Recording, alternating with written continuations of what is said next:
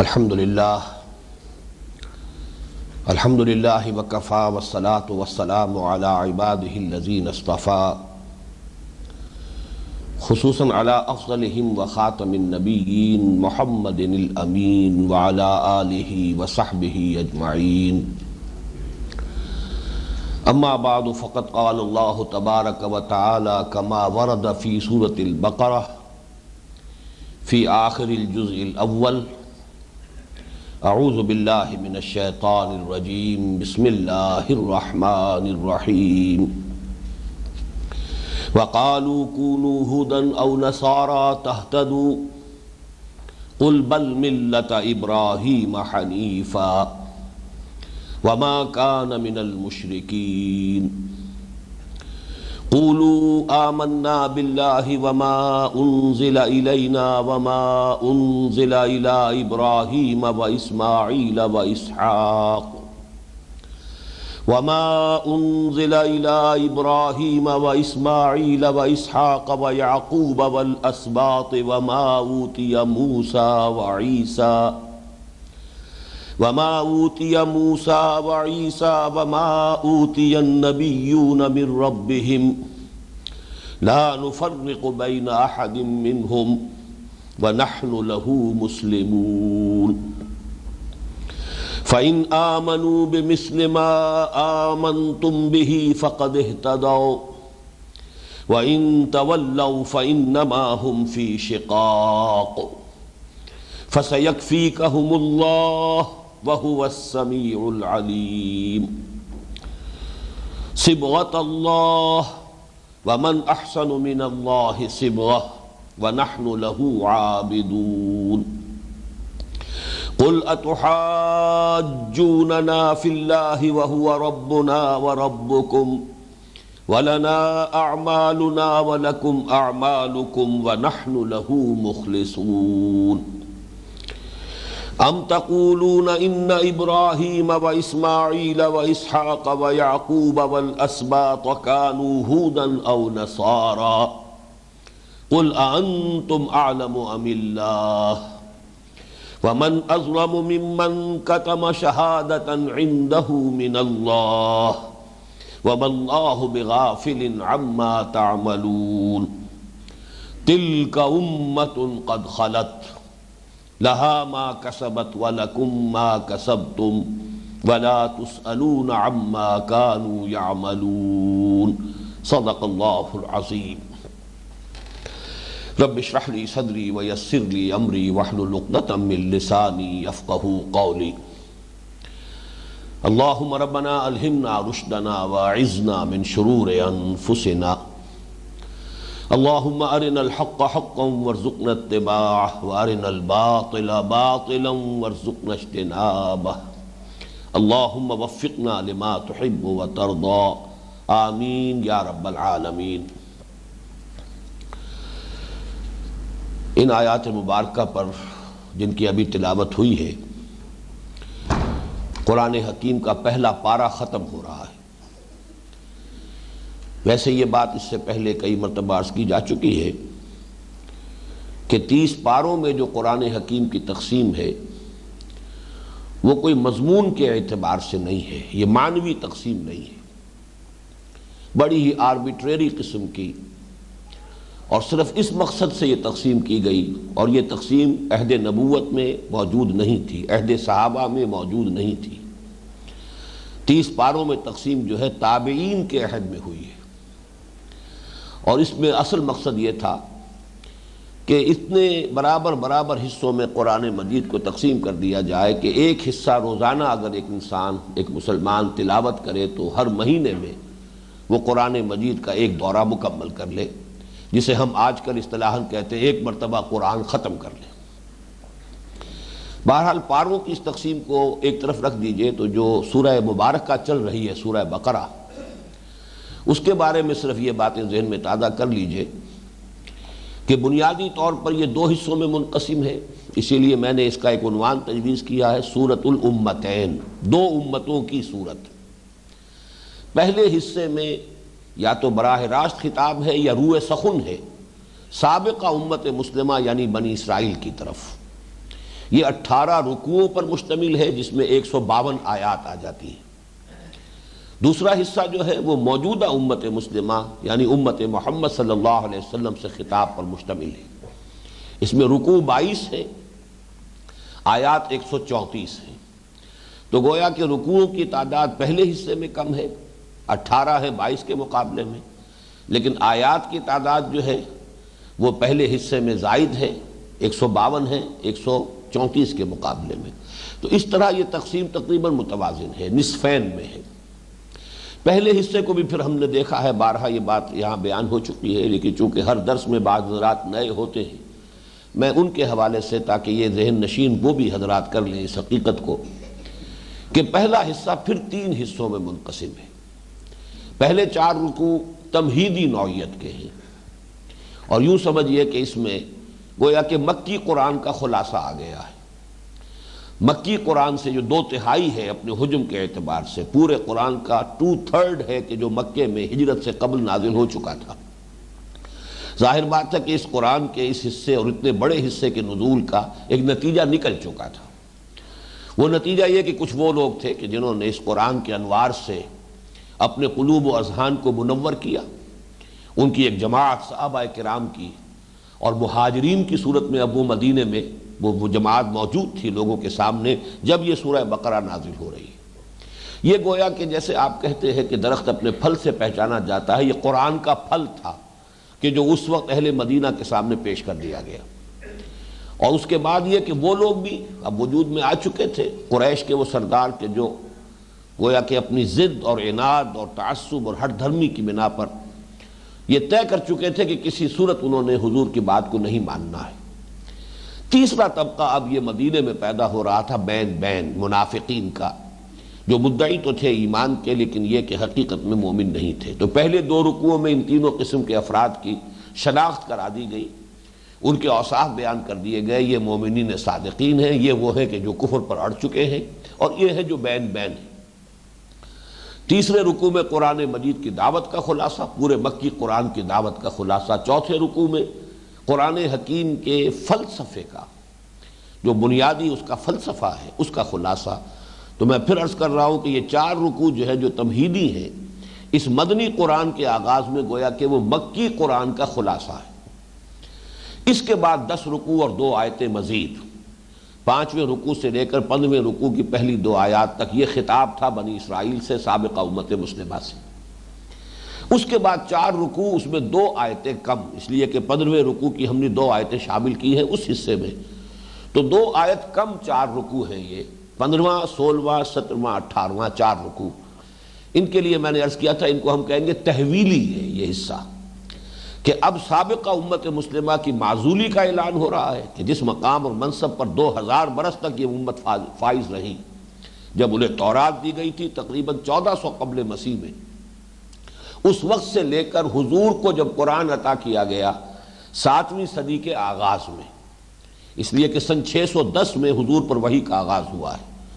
تو پورے 2000 برس تک اس روئے ارضی پر اللہ کی نمائندگی کا مقام حاصل رہا ہے سابقہ امت مسلمہ یعنی بنی اسرائیل کو۔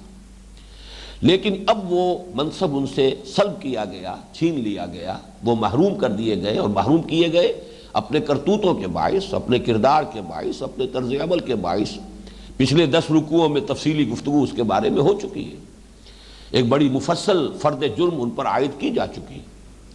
لیکن اب جو ہے یہی منصب عطا ہو رہا ہے امت محمد کو صلی اللہ علیہ وسلم، اور یہ جو تحویل منصب ہے، ایک امت سے منصب لے کر دوسری امت کو منتقل کرنا، اس کی علامت کے طور پر، اس کے سمبل کے طور پر تحویل قبلہ ہوا ہے۔ تو تحویل قیادت اور امامت کی، اور اس کے لیے علامت اور سمبل تحویل قبلہ، یہ گویا کہ ان 4 رکوعوں کا مرکزی مضمون ہے۔ اور چونکہ یہ قبلہ جو ہے اب بنایا جا رہا ہے بیت اللہ کو، اور اس کے معمار ثانی کہہ لیجئے، بہرحال جہاں تک انسانی تاریخ ہماری پہنچی ہے ابھی تک،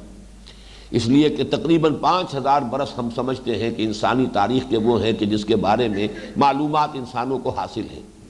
اس سے پہلے جو ہے وہ پری ہسٹورک ایرا ہے، تو پری ہسٹورک ایرا میں تو خانہ کعبہ کی تعمیر حضرت آدم نے کی ہے علیہ الصلوۃ والسلام، آدم اور شیس علیہم السلام، وہ دو تھے معماران یہ جو اللہ تعالیٰ کے لیے سب سے پہلا معبد، ان اول بیت وضع للناس للذی بمکہ، پہلا گھر جو بنایا گیا تعمیر ہوا ہے خدا واحد کی عبادت کے لیے، وہ ہے کہ جو مکے میں ہے۔ لیکن اس کی تعمیر ثانی ہوئی ہے حضرت ابراہیم اور حضرت اسماعیل کے ہاتھوں، اور حضرت ابراہیم قدر مشترک بھی ہے۔ سابقہ امت مسلمہ بھی انہی کے نسل میں سے تھی، حضرت ابراہیم کے بیٹے حضرت اسحاق، ان کے بیٹے حضرت یعقوب، اور ان کا چونکہ لقب یا خطاب جو ہے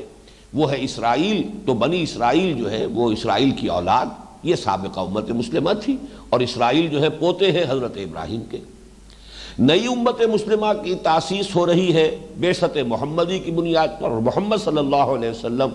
آپ حضرت اسماعیل کی نسل سے ہیں، وہ بیٹے ہیں حضرت ابراہیم کے، تو گویا کہ قدر مشترک شخصاً بھی حضرت ابراہیم ہو گئے، اور دوسری طرف یہ کہ یہ خانہ کعبہ جو ہے جو قبلہ بنایا جا رہا ہے اس کے معمار حضرت ابراہیم ہیں۔ اس حوالے سے ہم نے 15ویں رکوع میں دیکھا کہ بڑی تفصیل سے حضرت ابراہیم حضرت اسماعیل کا ذکر آیا، پھر یہ کہ خانہ کعبہ کی تعمیر کا ذکر آیا، خانہ کعبہ کی تعمیر کے وقت ان کے جو جذبات تھے، جو دعائیں وہ کر رہے تھے باپ بیٹا علیہم الصلاۃ والسلام، وہ دعا بیان کی گئی کہ انہی کی دعا میں یہ چیز بھی شامل تھی کہ اللہ ہماری اس نسل میں کہ جو ہم نے یہاں آباد کی ہے تیرے گھر کے پاس، اب ایک ایسی امت مسلمہ برپا کی جو کہ جن میں تو خود انہی میں سے کسی کو رسول کی حیثیت سے مبعوث کرے، اور وہ رسول انہیں تیری آیات سنائے اور ان کو کتاب اور حکمت کی تعلیم دے اور ان کا تزکیہ کرے۔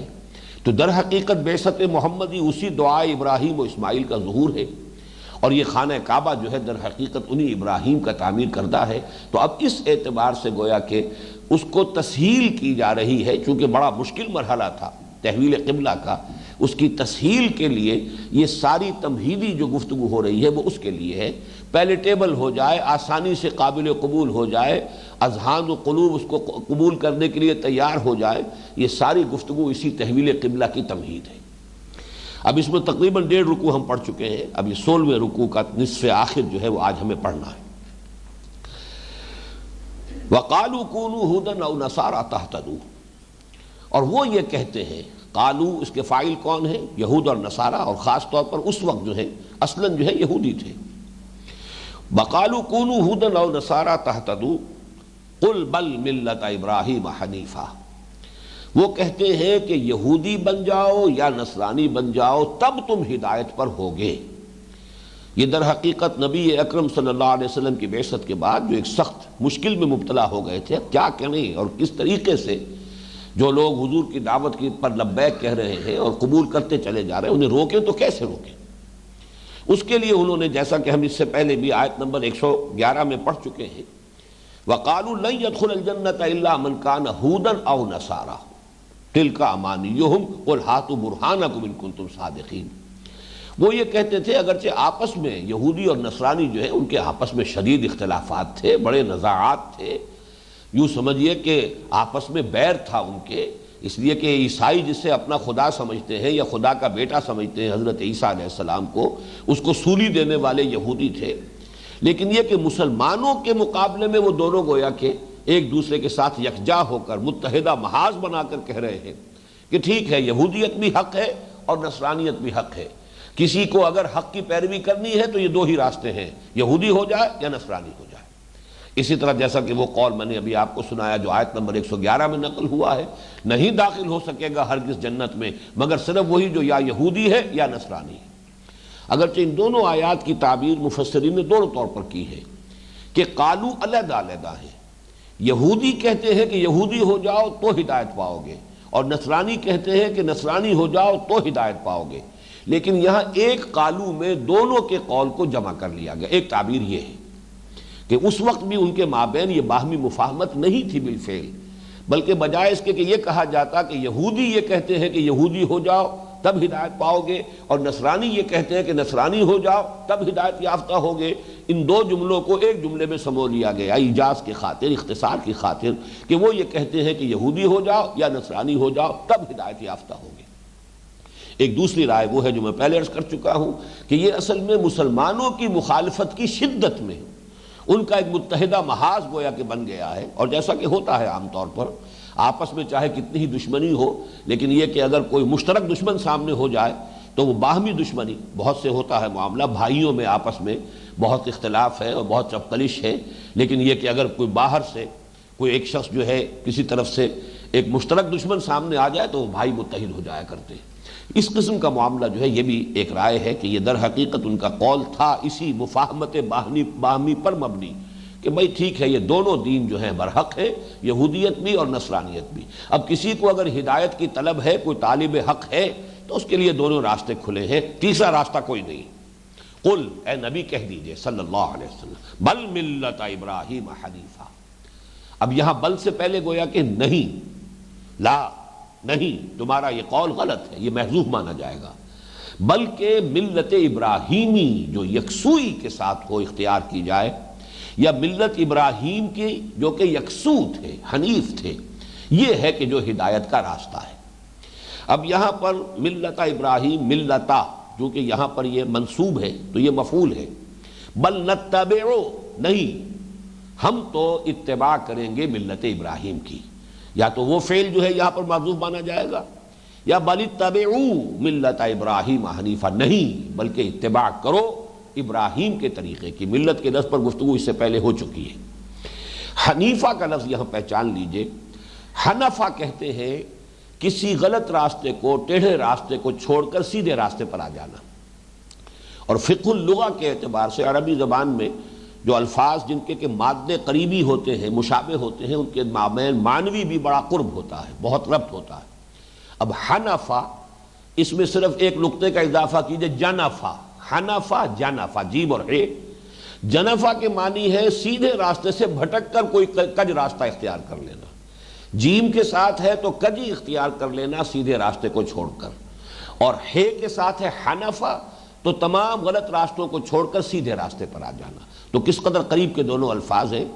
جیسے کہ وہ آیت مبارکہ قرآن مجید میں ہے، آگے چل کر آئے گی، بہت قریبی، زیادہ دور نہیں ہے۔ فمن خاف من موص جنفا او اثما، اگر اندیشہ یہ ہو کہ کسی وصیت کرنے والے نے کوئی ٹیڑھا راستہ اختیار کیا ہے، کوئی جانبداری برتی ہے، یا کسی گناہ کا ارتکاب کیا ہے، تو اگر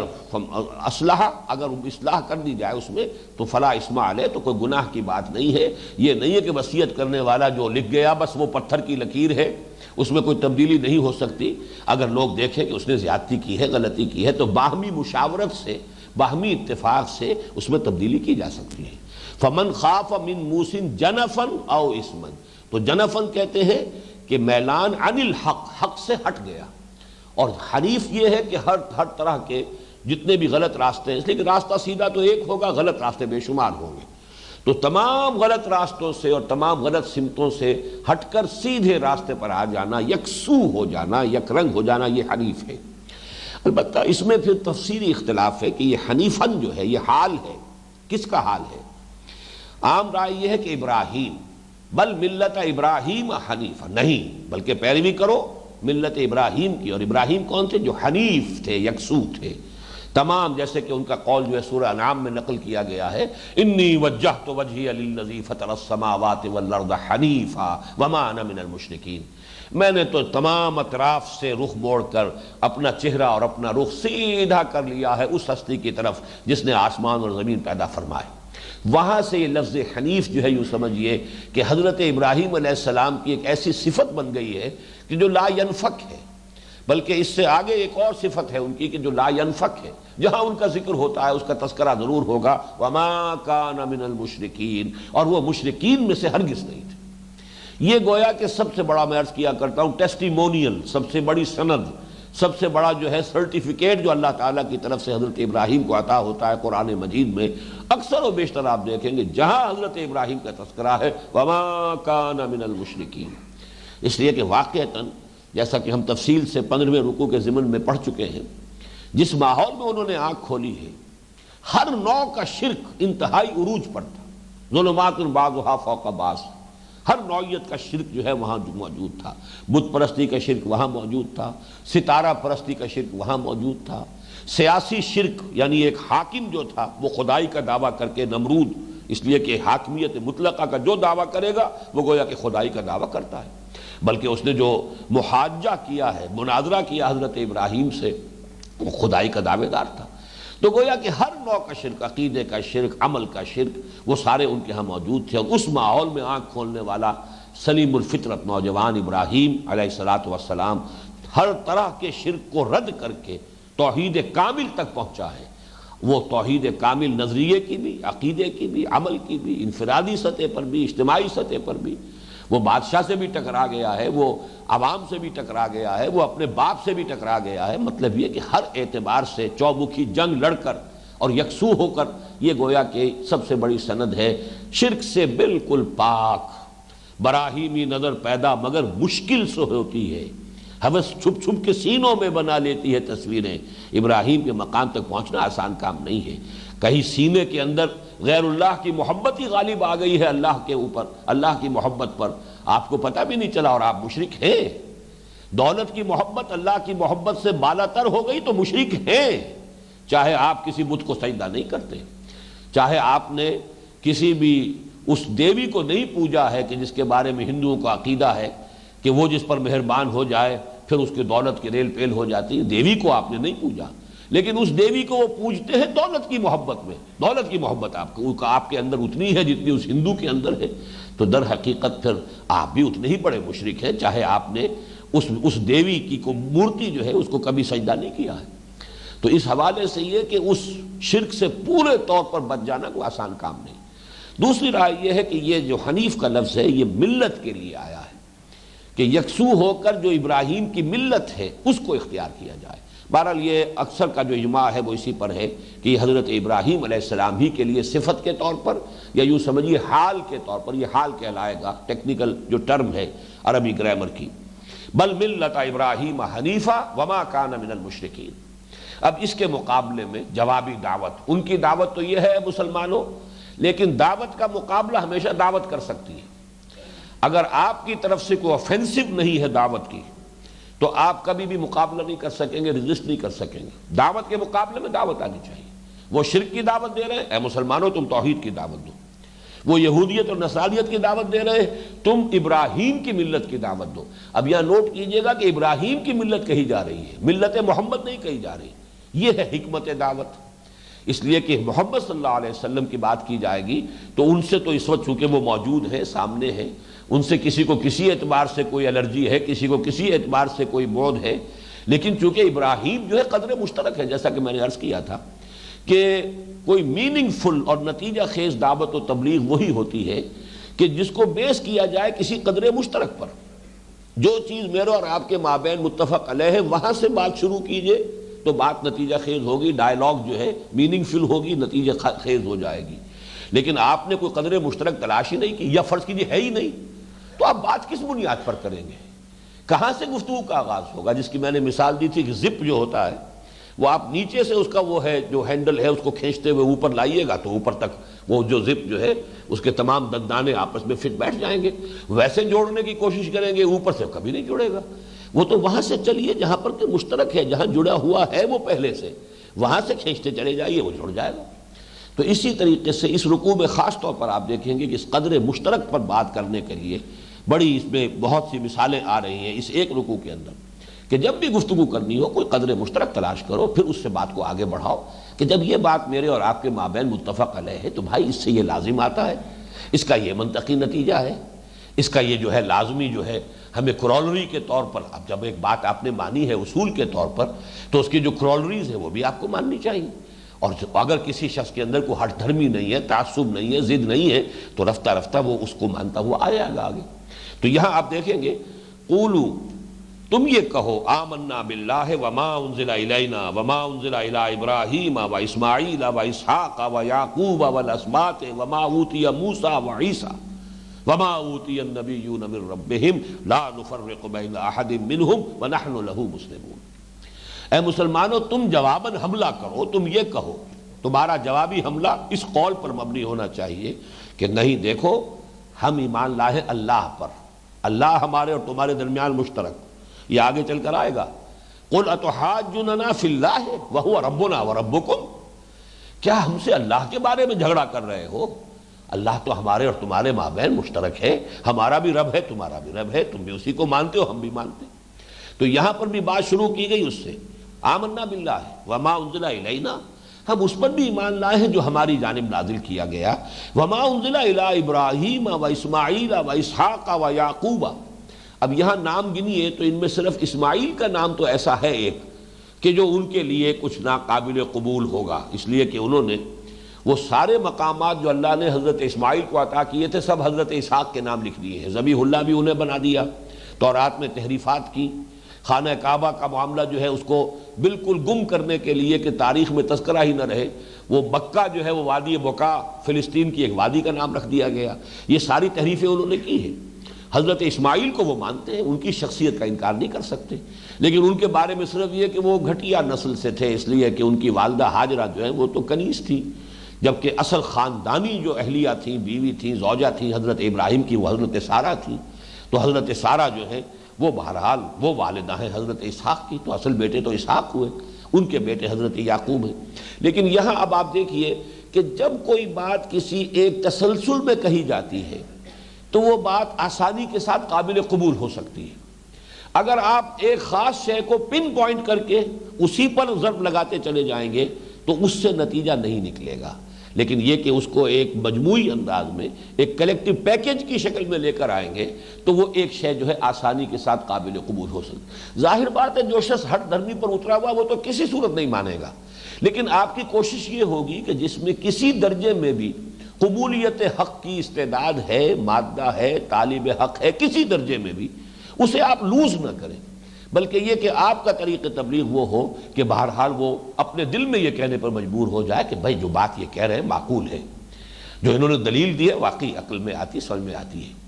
یہ بات جو ہے یہ زدم زدہ کے انداز میں نہیں کر رہے ہیں، بحثہ بحثی کے انداز میں نہیں کر رہے ہیں، صرف مجھے چپ کرا دینا ان کے سامنے نہیں ہے، بلکہ جو یہ بات کہہ رہے ہیں جو حق ہے اسے یہ تسلیم بھی کرتے ہیں۔ یہ جو انداز ہے اگر ہو داعی کا تبھی دعوت نتیجہ خیز ہوگی، ورنہ نہیں، ورنہ پھر مناظرہ ہو جائے گا۔ مناظرہ ایک بالکل مختلف شے ہے۔ مناظرے میں پیش نظر ہوتا ہے مخاطب کو چپ کرا دینا، چاہے وہ قائل ہو یا نہ ہو، قبول کرے نہ کرے، چپ ہو جائے، زبان بند کرا دینا اس کا۔ لیکن یہ کہ دعوت جو ہے وہ بالکل ایک مختلف شے ہے مناظرے کے مقابلے میں۔ فرمایا قولوا آمنا باللہ وما انزل الینا وما انزل، یہ کوئی انوکھی بات نہیں ہے کہ محمد پر قرآن نازل ہوا، اللہ کی طرف سے کتابیں آتی رہی، وحی آتی رہی، تم بھی مانتے ہو ہم بھی مانتے ہیں، ابراہیم نبی تھے انہیں وحی آئی ہے، پھر اسماعیل پر، اسحاق پر، ان کے دونوں بیٹے ہیں ان پر وحی آئی ہے، اس لیے کہ تیسری بیوی سے جو اولاد تھی 5 بیٹے، ان میں سے کسی کے بارے میں یہ ثبوت نہیں ہے کہ انہیں بھی نبوت عطا ہوئی ہو، اگرچہ ان کی نسل میں پھر حضرت شعیب علیہ السلام بنی قطورہ میں جو مدین جو ان کے یا مدیان ایک بیٹے تھے 5 بیٹوں میں سے، حضرت قطورہ کی اولاد میں سے، ان میں حضرت شعیب کی جو ہے وہ پھر اس نسل میں ان کی بعثت ہوئی ہے،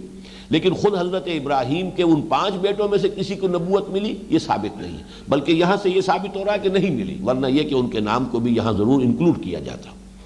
تو فرمایا کہ ہم تو ایمان رکھتے ہیں اللہ پر بھی، اور جو کچھ ہماری جانب نازل کیا گیا اس پر بھی، اور جو کچھ نازل کیا گیا ابراہیم کی جانب، اسماعیل کی جانب، اسحاق کی جانب اور یعقوب کی جانب، والاسباط، اسباط سبت کی جمع ہے، سبت اولاد کو کہتے ہیں، بلکہ اولاد الاولاد، عام طور پر یہ خیال ہے کہ یہ نواسوں کے لیے ہے، سبت رسول حضرت حسین رضی اللہ تعالی عنہ کو زیادہ نمایاں کرنے کے لیے اہل تشیع نے خاص طور پر یہ سبت اسباط سے مراد نواسے لیا، بیٹی کی اولاد، حالانکہ یہ کہ اہل لغت کا اس پر اجماع ہے کہ اولاد الاولاد، چاہے وہ یعنی بیٹے کی اولاد ہو، پوتا پوتیاں، یہ بھی اسی میں اسباط میں آئیں گے، اور نواسہ نواسیاں بیٹی سے جو آگے چل رہا ہے سلسلہ وہ بھی اسباط میں۔ تو جو بھی ان کی اسباط ہیں، حضرت ابراہیم علیہ السلام، حضرت اسماعیل، حضرت اسحاق، حضرت یعقوب کے پھر اسباط ہیں وہ 12 قبیلے۔ اب ان میں سے جس جس کے اندر کوئی نبوت آئی ہے، جس جس کو اللہ تعالیٰ نے اس منصب پر فائز کیا ہے، انہیں جو بھی وحی عطا ہوئی اس پر بھی ہمارا ایمان ہے۔ وما اوتیٰ موسیٰ و عیسیٰ، اور جو کچھ دیا گیا موسیٰ کو اور عیسیٰ کو۔ اب یہ 2 نام خاص طور پر اس لیے لیے گئے اس اسباط میں سے کہ ان دونوں کے حوالے سے وہ 2 مذہب ہیں، اس لیے کہ حضرت موسیٰ علیہ السلام کی طرف منسوب ہے یہودیت، حضرت عیسیٰ کی طرف منسوب ہے نصرانیت، ان دونوں کو بھی اس میں لے آیا گیا، ورنہ یہ کہ اور بہت سے انبیاء ہوئے ہیں حضرت یعقوب کی نسل میں، وہ تو حضرت موسیٰ سے لے کر حضرت عیسیٰ تک نبوت کا تار ٹوٹا ہی نہیں، مسلسل، کلما ہلک نبی خلفہ نبی، جیسے ہی کسی نبی کا انتقال ہوتا تھا اس کا جانشین نبی ہوتا تھا، یہ مسلسل تار چلا ہے۔ اور عجیب بات یہ ہے کہ شروع میں بھی 2 اور آخر میں بھی 2، شروع میں حضرت اس حضرت موسیٰ کے ساتھ حضرت ہارون وہ بھی نبی تھے، آخر میں حضرت عیسیٰ، اور ان کے زمانے میں ان کے ہمعصر حضرت یحییٰ کرائی فرام دی ولڈرنس، وہ نبی تھے۔ تو شروع بھی دو نبیوں سے، اختتام بھی دو نبیوں سے، اور درمیان میں تار ٹوٹ آئی نہیں۔ وما اوتی النبیون من ربہم،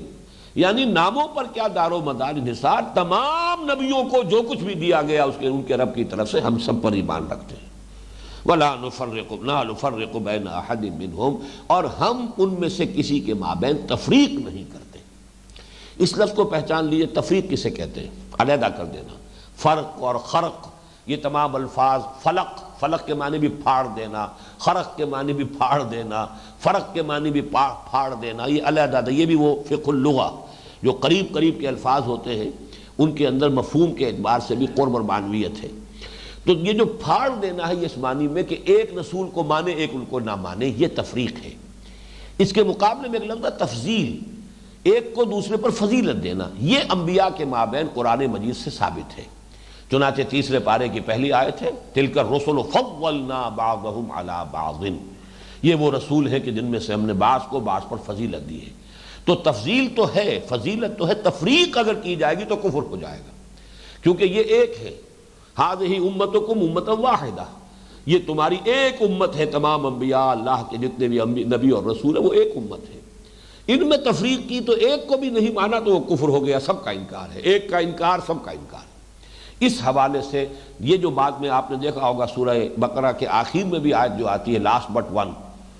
آمن الرسول بما انزل الیہ من ربہ والمؤمنون کل آمن باللہ وملائکتہ وکتبہ ورسلہ لا نفرق بین احد من رسلہ،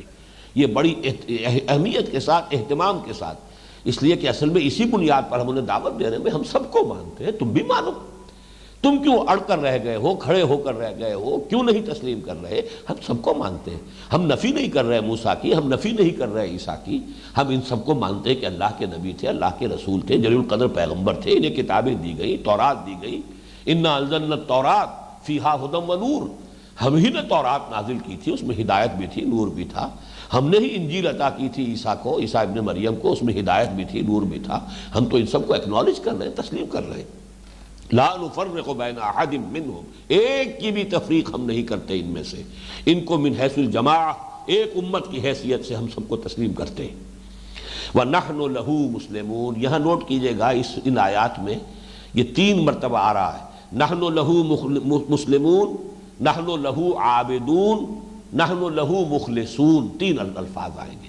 اور اس کے حوالے سے ذرا نوٹ کر لیجئے یہ 3 کے درجے قرآن مجید میں کئی جگہ پر آئے ہیں، اور حدیث جبرائیل میں بھی اسلام، ایمان، احسان 3 درجے ہیں۔ اسی طریقے سے سورہ مائدہ کی ایک آیت میں بھی اذا اتقوا وآمنوا وعملوا الصالحات ثم اتقوا وآمنوا ثم اتقوا واحسنوا، 3 درجے وہاں بھی بیان کیے گئے۔ تو یہاں پر بھی ایک معنوی حقیقت ہے اس کی، اسلام، عبادت، اور پھر آخر میں اخلاص، مخلصون، نحن لہو مخلصون۔ یہاں تو یہ وہ لفظ ہے جو اس سے پہلے کئی مرتبہ آ چکا، وَنَحْنُ لَهُ مُسْلِمُونَ، ہم تو اسی کے فرما بردار ہیں، اس کا حکم ماننے والے ہیں، اس نے جس کو رسالت سے سرفراز فرمایا ہم اس کو تسلیم کرتے ہیں، اللہ کا اختیار مطلق ہے، جس کو چاہے وہ چن لے، جس کو چاہے پسند کر لے، اس کی حکمت بالغہ ہے، نبوت کس کو عطا فرمائے، واللہ یعلم ہے اعلم حیث یجعل رسالتہ، اللہ زیادہ واقف ہے، زیادہ جانتا ہے کہ کہاں وہ اپنی رسالت رکھے، کون اس کی رسالت کا اہل ہے، کس کو یہ منصب عطا کیا جائے۔ تو ہم خامخواہ زدم زدہ میں کسی نسلی منافرت کی بنا پر یا کسی اور عصبیت کی بنا پر کسی نبی کا انکار نہیں کرتے۔ فَإِنْ آمَنُوا بِمِثْلِ مَا آمَنْتُمْ بِهِ، پھر یہ فا جو ہے یہاں پر تعقیب کے لیے آ رہا ہے، یہ پوری گفتگو کے بعد، بس اگر وہ ایمان لے آئیں اس طور سے جس طور سے اے مسلمانوں تم ایمان لائے ہو۔ یہ بہت معنی خیز ہے، اس لیے کہ جیسا کہ میں نے آج تمہید میں بھی عرض کیا تھا، وہ جو تمہیدی حصہ ہے اس سورہ مبارکہ کا، اس میں آیا تھا کہ کچھ لوگ ہیں جو کہتے ہیں کہ ہم بھی مومن ہیں، وَمِنَ النَّاسِ مَن يَقُولُ آمَنَّا بِاللَّهِ وَبِالْيَوْمِ الْآخِرِ وَمَا هُمْ بِمُؤْمِنِينَ، کچھ لوگ ہیں جو مدعی ایمان ہے، وہ کہتے ہیں ہم بھی ایمان رکھتے ہیں اللہ پر بھی، یوم آخر پر بھی، وہ حقیقتاً مومن نہیں ہے، اس لیے کہ ریزرویشن کر رہے ہیں، وہاں ایمان بالرسول کا ذکر نہیں ہے، جبکہ ایمان بالرسول اگر شامل نہ ہو، بلکہ اصل تو کسی کے مسلمان ہونے کی پہلی شرط محمد پر ایمان ہے صلی اللہ علیہ وسلم، اس لیے کہ قانونی اعتبار سے، فقہی اعتبار سے جو ایمان، اصل ایمان ہے وہ ایمان بالرسول ہے۔ کوئی بڑے سے بڑا موحد ہو، آخرت کا کتنا ہی ماننے والا ہو، محمد کو نہیں مانتا صلی اللہ علیہ وسلم، تو من دیگر منہ دیگری، وہ اور ہے ہم اور ہیں، ہمارا اس سے کوئی تعلق نہیں۔ اس لیے کہ ملت کی بنیاد بمصطفیٰ برساں خیش را کے دی ہمہ اوست، اگر بؤ نہ رسیدی تمام بول حبیث۔ اور وہاں بھی اصل میں اشارہ جو ہم نے دوسرا رکوع جب پڑھ رہے تھے تو میں نے واضح کر دیا تھا کہ وہاں یہود اور منافق دونوں ہی ہیں در حقیقت کے جو جن کی طرف روح سخن ہے۔ یہود بھی کہتے تھے ہمیں بھی مانو بھائی کہ ہم بھی مومن ہیں، جب ہم اللہ کو مانتے ہیں، یوم آخر کو مانتے ہیں، سارے نبیوں کو مانتے ہیں، تمہارے کہنے کے مطابق بھی ہم نے صرف 2 نبیوں کا انکار کیا نا، عیسیٰ کا اور محمد کا صلی اللہ علیہ وسلم۔ اگر ہم مان لیں، تم کہہ رہے ہو کہ یہ نبی ہے محمد، اور اگر ہم مان لیں کہ عیسیٰ اللہ کے نبی تھے، تب بھی زیادہ سے زیادہ ہزاروں نبیوں میں سے ہم نے صرف 2 کا انکار کیا نا۔ توحید کو ہم مان رہے ہیں، آخرت کو ہم مان رہے ہیں، اتنے نبیوں کو ہم مانتے تو ہمیں بھی مومن تسلیم کرو کہ ہم بھی مومن ہیں، چاہے ہم محمد کو مانیں یا نہ مانیں صلی اللہ علیہ وسلم۔ یہی معاملہ منافقین کا تھا کہ انہیں اصل میں جو پس و پیش ہوتی تھی وہ اطاعت رسول میں تھی۔ اسی لیے آپ نے دیکھا، وہ ہم نے سورہ محمد صلی اللہ علیہ وسلم میں پڑھا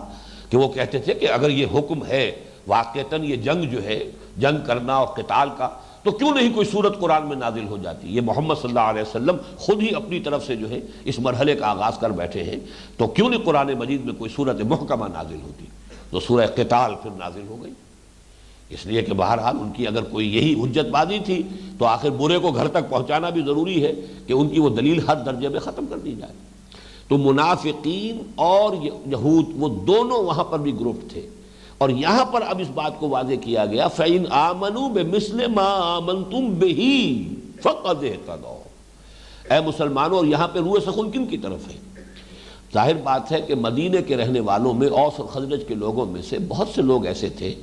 جن کے بڑے دیرینہ روابط تھے، مجلسی روابط، سوشل ان کے کانٹیکس تھے، معاملات تھے، ریلیشنز تھے، یہود کے ساتھ دوستیاں تھیں، حلیف بھی تھے ایک دوسرے کے۔ اوس کے حلیف جو ہے وہ اوس کے حلیف بنو قریظہ تھے، اور باقی خزرج کے حلیف جو ہے وہ دوسرے قبائل تھے، تو ان کے درمیان جو ہے آپس میں حلیفی تعلق بھی تھا، دوستی بھی تھی۔ تو پھر ایسے مسلمان بھی تھے جو کہتے ہیں بھائی ٹھیک ہے، وہ صرف حضور کو نہیں مان رہے نا، کیا ہے اس میں،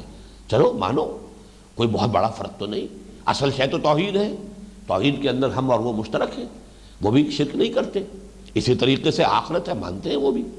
اسی طریقے سے بے شمار نبیوں کو ماننے والے ہیں۔ اب اصل میں اس آیت میں روح سخن ان کی طرف ہے کہ جیسے ہمارے ہاں بھی آج رواداری ہونی چاہیے، صاحب یہ کیا ہے، بالکل آدمی جو ہے بہت ہی سخت ہو جائے، کوئی لچک ہی نہ ہو، رواداری ہے۔ یہ رواداری دین میں نہیں ہے، اس معنی میں کہ جو حق ہے وہ حق ہے، جو باطل ہے وہ باطل ہے۔ اقبال نے بہت خوبصورت شعر کہا ہے کہ شرکت میں آنا ہے حق و باطل نہ کر قبول، باطل دوئی پسند ہے حق لا شریک ہے۔ باطل تو چاہتا ہے کسی درجے میں اسے ایکنالج کر لیا جائے، اور وہ حق کے کسی جز کو لے کر اسی پر اپنی بساط بچھاتا ہے، اس لیے کہ باطل محض کا وجود ہی کوئی نہیں ہے۔ جیسے وہ بیل ہوتی ہے آکاش بیل، آکاش بیل خود اوپر نہیں اٹھ سکتی، وہ تو کسی درخت پر چڑھے گی، اس میں اوپر چڑھنے کی صلاحیت ہے ہی نہیں، درخت ہوگا تو چڑھے گی۔ تو باطل کی حیثیت یہ ہے کہ خود کھڑا رہ ہی نہیں سکتا، حق کے کسی جز کو قبول کرتا ہے، اس کے بل پر کھڑا ہوتا ہے۔ تو باطل دو ہی پسند ہے، باطل تو چاہے گا کہ حق کے کسی حصے کو وہ قبول کرے، اس لیے کہ اس کے بغیر اس کا وجود ہی کوئی نہیں، لیکن حق لا شریک ہے۔ حق کسی باطل کے ساتھ کوئی مصالحت، کوئی کمپرومائز، کوئی گیو اینڈ ٹیک کر کے معاملہ کرنے کے لیے تیار نہیں۔ باطل دوئی پسند ہے، بہت میں سمجھتا ہوں بڑا حکیمانہ شعر ہے۔ باطل کی فطرت میں ہے کہ وہ تو چاہے گا کہ کسی نہ کسی درجے میں کوئی مصالحت ہو جائے، کوئی آمیزش ہو جائے، حق کا کوئی جز میں اختیار کر لوں تاکہ میرے اندر مقاومت پیدا ہو، ریڑھ کی ہڈی مجھے ملے جس کے بل پر میں سارا تانا بانا جو ہے اپنے باطل نظریات کا جو ہے اس کے گرد بن سکوں۔ باطل دوئی پسند ہے حق لا شریک ہے، شرکت میں آنا ہے حق و باطل نہ کر قبول۔ وہی بات یہ ہے کہ فَإِنْ آمَنُوا بِمِثْلِ مَا آمَنْتُمْ بِهِ فَقَدِ اهْتَدَوْا۔ اے مسلمانوں، پھر اگر یہ ایمان لائے اس طور سے جس طور سے تم ایمان لائے، کوئی ریزرویشنز نہ ہو، کسی نبی کا انکار نہ ہو، کسی معاملے کے اندر بھی کوئی انہوں نے کوئی وہ کمپرومائز نہ کیا ہو باطل کے ساتھ، اگر وہ اس طور سے ایمان لائے فَقَدِ اهْتَدَوْا، تب وہ ہدایت پر ہوں گے۔ اب یہ جواب ہوا اس کا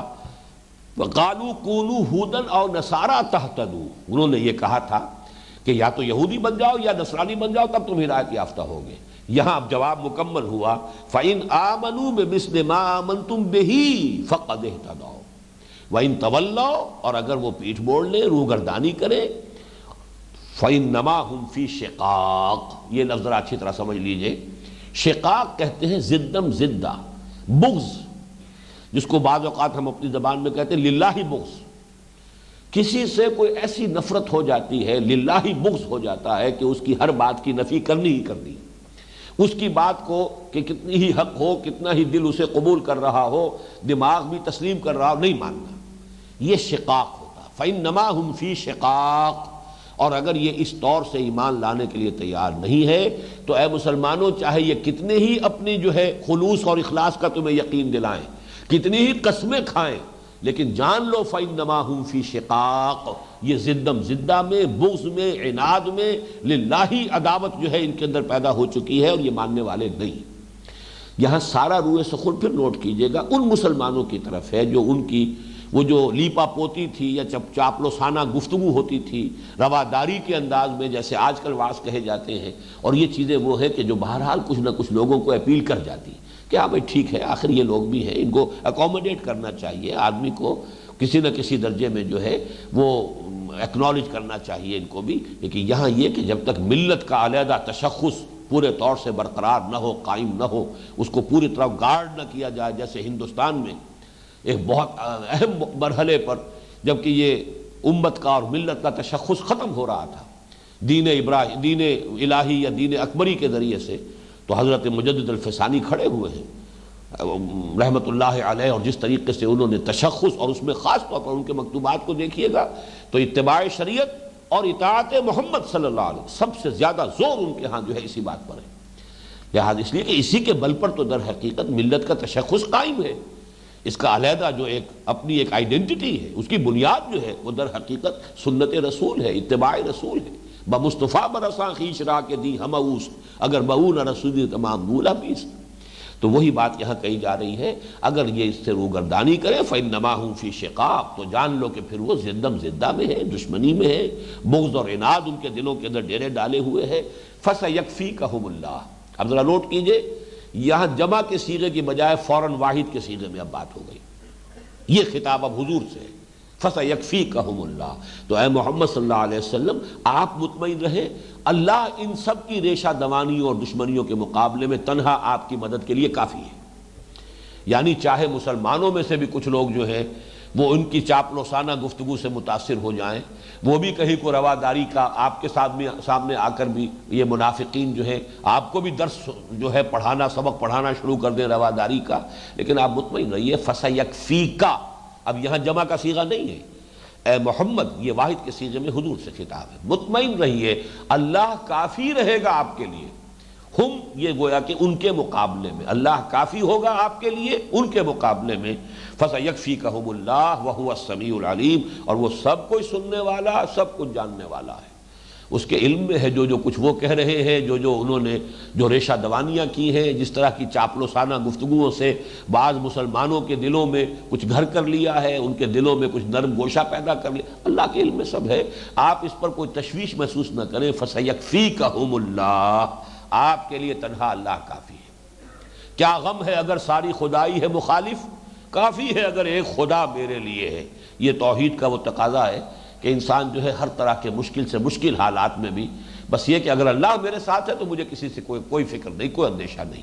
یہ یقین ہونا چاہیے، بس دل گواہی دے۔ اور اگر آپ، جیسے کہ لفظ آ رہا ہے آگے، آپ مخلص ہیں اللہ کے ساتھ تو آپ کو یقین ہوگا کہ اللہ بھی آپ کی مدد کرے گا، یقیناً کرے گا۔ ہاں اگر آپ کوئی اللہ تعالیٰ کے ساتھ چال بازی کر رہے ہیں اور آپ کا ضمیر بتا دے گا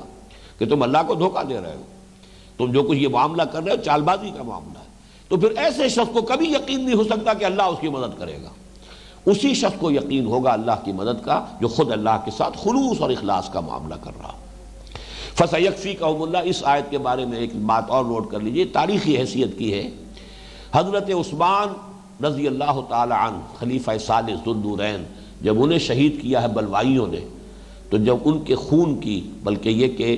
غالباً حضرت نائلہ کے خون کی جو چھینٹیں پڑی ہیں، کیونکہ اس وقت حضرت عثمان رضی اللہ تعالی عنہ وہ قرآن مجید کی تلاوت کر رہے تھے، مصحف کھلا ہوا تھا، یہاں اس لفظ پر فَسَيَكْفِيكَهُمُ اللَّهُ، خون کا وہ دھبا موجود ہے اس نسخے میں جو آج بھی پریزروڈ ہے، وہ نسخہ موجود ہے حضرت عثمان رضی اللہ تعالیٰ عنہ کی جو زیر تلاوت اس وقت تھا، اس جگہ پر دھبا خون کا ہے، فَسَيَكْفِيكَهُمُ اللَّهُ وَهُوَ السَّمِيعُ الْعَلِيمُ۔ صبغۃ اللہ، صبغۃ اللہ، اب یہاں بھی صبغہ پر تے جو ہے یہ اس پر فتح ہے، زبر ہے تا پر، معلوم ہوا کہ اس سے پہلے بھی اتخذوا صبغۃ اللہ